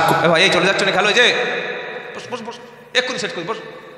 আমি চলে যাইনি, চলে যাচ্ছি এক্ষুনি। তো একটা বাজে, মানে আমি কি বোকা নাই? ঘড়ি দেখতে 56 হয়ে গেছে। এক্ষুনি চলে বস বাবা, একটু বস, কষ্ট পেও না বাবা, দোয়া করে সব বাড়ি চলে যাবে। খাওয়া দাওয়ার ব্যাপার আছে নাকি? কি আছে? মানে তাহারি বিখ্যাত ব্যাপার তো। হ্যাঁ একটু এইটাই। 3 ব্যক্তির দোয়া কবুল হয়। 1, বাপ মার দোয়া, সুবহানাল্লাহ পড়েন। 2, কেউ যদি সফরে যায়, মুসাফির দোয়া করলে কবুল হবে। আর 3 নম্বর, যদি কারোর উপর আপনি জুলুম করেন, মাজলুম ব্যক্তি দোয়া করলে কবুল হবে। বলুন তো 3 জন ব্যক্তির মধ্যে বাপ মা আছে না নাই? পীর সাহেব, মুফতি সাহেব, হুজুর সাহেব, ইমাম সাহেব, ফকির সাহেব, এদের নাম আছে নাই? তাহলে নবী যার গ্যারান্টি দিচ্ছে তার কাছে দোয়া চাইবো ইনশাআল্লাহ বলেন। 2 নম্বর, পৃথিবীতে কোনো মুফতি, মাওলানা, হাজি, গাজী, পীর, ফকির, মুহাদ্দিস, মুফাসসির তার মুখের দিকে হা করে তাকিয়ে থাকলে রহমতের দৃষ্টিতে নেকি হবে, কোনো হাদিসে লেখা আছে? নাই। কিন্তু বাপ এবং মায়ের মুখের দিকে তাকালে হজের নেকি পাওয়া যাবে। জোরে বলুন সুবহানাল্লাহ। কত বড় গুরুত্বপূর্ণ ফজিলত। 3 নম্বর হলো, পৃথিবীর কোনো ব্যক্তিকে খাওয়ালে সওয়াব আছে, মানুষকে খাওয়ালে, কিন্তু খাইয়ে আল্লাহকে রাজি করব, জান্নাতে চলে যাব, এরকম কোনো কথা নাই। কিন্তু বাপ মাকে খাওয়ানো, ওটা খাওয়ানো নয়, ওটা হচ্ছে একটা সৌভাগ্যের বিষয়। জোরে বলুন সুবহানাল্লাহ। আমার ভাইয়েরা, যাদের বাপ মা পৃথিবীতে বেঁচে আছে, যদি ভুল করে থাকেন বাড়িতে গিয়ে ক্ষমা চেয়ে নেবেন। আর যাদের মায়ের সঙ্গে বেয়াদবি করেছেন, ক্ষমা চেয়ে নেবেন। যদি কারোর বাপ মা কবরে চলে যায়, আজকে রাত্রে যদি কবরের কাছে যেতে ভয় লাগে, কাল সকালে ঘুম থেকে উঠে ফজরের নামাজ পড়ে মায়ের কবরের কাছে, বাপের কবরের কাছে গিয়ে যা জানেন বাংলা জিয়ারত করুন। না হুজুর লাগবে আরবি। কে বলেছে? আল্লাহ বাংলা বোঝে না? আল্লাহ বাংলা বোঝে না? অনেকে মনে করছে আল্লাহ বাংলা জানে, সব ভাষা জানে। সব ভাষা যিনি জানে তিনি কে? আল্লাহ। আরবিতে না পারলে বাপ মায়ের কবরটা বাংলায় বলুন, আল্লাহ আমার আব্বা চলে এসেছে, মাফ করে দাও, রব্বির হামহুমা কামা রব্বাইয়ানি সগীরা। ছেলের দোয়ার বরকতে বাপের কবর আযাব মাফ করে দেবেন কে? আল্লাহ। আল্লাহ তৌফিক দিক, সকলে বলুন আমিন। কেউ উঠবেন না। আপনাদের কাছে আমাদের কমিটির দুটো একটা ছেলে একটু ক্যাশ 100, 500, 200 যা আছে বিসমিল্লাহ বলে পকেটে হাত দিয়ে সেরফ অনলি ফর 2 মিনিট, 2 মিনিটের মধ্যে যার যত সামর্থ্য দিয়ে দেবেন। আল্লাহ আপনাদের প্রত্যেকের দানে বরকত দেবে। বিদায়ের আগে মায়েদের সম্পর্কে একটা হাদিস বলে বিদায় নেব। পুরুষের চাইতে নারীদের জন্য জান্নাতে যাওয়া সহজ। সুবহানাল্লাহ বলেন। মৃত মানুষের পাশে কোরআন পড়া যাবে কি? মৃত মানুষ কোরআন শুনতে পায় তো? মৃত মানুষ কোরআন শুনতে পায়? শুনতে পায়? যে শোনে না তার পাশে কোরআন পড়ে কোনো লাভ নাই। বলে হুজুর তাহলে পড়বো না? যদি কোনো ব্যক্তি কোরআন পড়ার কোনো প্রয়োজন মনে করে, ধরুন একজন মাইয়েত মারা গেছে, গোসল দিয়ে রাখা আছে, এই মাইয়েত ছেড়ে অনেক দূরে, যেখানে কোনো ডিস্টার্ব নাই, কোনো আওয়াজ নাই, সেখানে যদি কেউ মাইয়েতের উদ্দেশ্য করে সওয়াব রসানির জন্য, সওয়াব পৌঁছানোর জন্য যদি কেউ কোরআন পড়ে, সেক্ষেত্রে পড়ার ক্ষেত্রে কোনো শরিয়াতে নিষেধ নাই। কিন্তু মহিলা বা পুরুষ কোনো মৃত ব্যক্তি মারা গেছে, তার পাশে সকলে গোল করে কোরআন পড়তে হবে, সুস্পষ্টটা বিদআত। তার কারণ আল্লাহর নবীর ইন্তেকালের পরে কোনো সাহাবায়ে কেরাম নবীর কাছে বসে কোরআন পড়েনি। নবীর ইন্তেকালের পরে আবু বকর সিদ্দিকের পাশে বসে কেউ কোরআন পড়েনি, ওমর ফারুকের পাশে বসে কেউ কোরআন পড়েনি। রসুলের কলিজার টুকরা হযরতে ফাতেমা রাদিয়াল্লাহু আনহা, তার ইন্তেকালের পরে কেউ কোরআন পড়েনি। একজন সাহাবাদের এই সিস্টেম ছিল না। এটা আমরা করেছি কেন জানেন? ভালো করে খাবো বলে। কি বুঝলেন? মরে গেছে যদি ভালো করে তার কাছে বসে পড়তে পারি, তো 40 দিন দাওয়াত আমার হবে তো? হবে না? হবে না? ভালো করে পড়ে এসেছি, শরিয়াতে যেটা নয় সেটা করবো না ইনশাআল্লাহ। বলুন যেমন ইনশাআল্লাহ। কই ছেলেরা কোথায় গেল বাবা? একটু ভিতরে আসুন। আমি লোকটা চলে যাচ্ছিল, ধরে বসে রেখেছি, এবার তোমার গালাগালি করবে। কি গো? হ্যাঁ আমাদের তৃণমূলের লোক নাকি? আচ্ছা, কমিটির ছেলে। আল্লাহ কবুল। দেখি তাকবীর দেন, নারাই তাকবীর। দুটো ছোট্ট ছোট্ট সোনার ছেলে আপনাদের কাছে গেছে, আহা হা, দিনের জন্য। আরে পকেটে হাত দাও, একটু পকেট মারি হবে ইনশাআল্লাহ। বিসমিল্লাহ বলে পকেটে হাত দিন, যার কাছে যা আছে ক্যাশ দিয়ে দিন, নারাই তাকবীর। আর মায়েদের কাছে কেউ গেছে? মেয়েরা দেবে না, যা বলেছি আর দেয়, ভাববে খেয়ে এনেছে মালটাকে, ঝনঝনে মাল। কি বুঝলেন? মায়েদের জান্নাতে যাওয়া, প্রত্যেকের দিন আর হাদিসটা শুনে শেষ করে দিচ্ছি। মেয়েদের জান্নাতে যাওয়া পুরুষের থেকে অনেক সহজ, জোরে বলুন সুবহানাল্লাহ। 4টি কাজ যদি কোনো মেয়ে ছেলে করতে পারে, মরণের সাথে সাথে আল্লাহ জান্নাতের সব দরজাগুলো খুলে দেবে। সুবহানাল্লাহ পড়েন। 1 নম্বর কাজ 5 ওয়াক্ত নামাজ, 2 নম্বর কাজ রমজানের রোজা, 3 নম্বর কাজ স্বামীর খেদমত করা, 4 নম্বর কাজ হলো নিজের সতর, নিজের লজ্জাস্থান, নিজের পর্দা। বাড়ির বাইরে যখন বার হবে এমন শালীন পোশাক পরে যাবে যেন তাকে মুসলমানের মেয়ে বলে চেনা যায়। নামাজ, রোজা, স্বামীর অনুগত, স্বামী যেটাই বলবে সেটা যদি আমার পক্ষে মেনে নেওয়া খুব কষ্ট না হয়, বা সেটা যদি হারাম না হয়, প্রাণপণ চেষ্টা করা স্বামীর কথাটা মেনে নেওয়া। স্বামী যদি বলে এই দেখো ওই বিড়িটা একটু দাও খাই, ওই ক্ষেত্রে কিন্তু স্বামীর কথা চলবে না। হারাম কাজে কোনো সহযোগিতা করা। স্বামী যদি বলে চলো দুজনে একটু গান শুনি, একটু সিনেমা দেখি, একটু ছবি দেখি, ও ক্ষেত্রে চলবে না। স্বামীর সেই কথাগুলি মেনে নেওয়া যাবে, শরিয়াত যেগুলো করতে বলেছে। মনে থাকবে ইনশাআল্লাহ। নামাজ, রোজা, স্বামীর খেদমত, ফরজ পর্দা, 4টি কাজ যদি কোনো মেয়ে ছেলে করে, মরণের সাথে সাথে আল্লাহ তাআলা তার জন্যে জান্নাতের 8টা দরজা খুলে দেবেন। সুবহানাল্লাহ পড়েন। আল্লাহ তাআলা আমাদের সবাইকে আমল করার তৌফিক দান করুক। আমরা সকলে বলুন, সকলে বলি আমিন।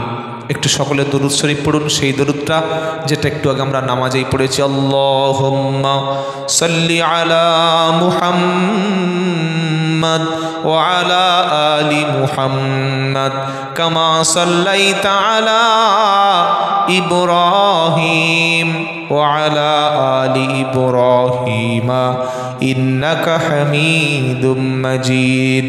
আল্লাহুম্মা বারিক আলা মুহাম্মাদ ওয়া আলা আলি মুহাম্মাদ কামা বারাকতা আলা ইব্রাহিম ওয়া আলা আলি ইব্রাহিম ইন্নাকা হামিদুম মাজিদ। সবাই চলে এসছে বাবা, ছেলেমেয়েরা? তাবারক প্যাকেট না, দোয়ার পর দিয়ে, দোয়ার পর সব গেট থেকে হয়ে দিয়ে দেবে। তাবারক কি রেডি আছে? দিয়ে দাও বাবা।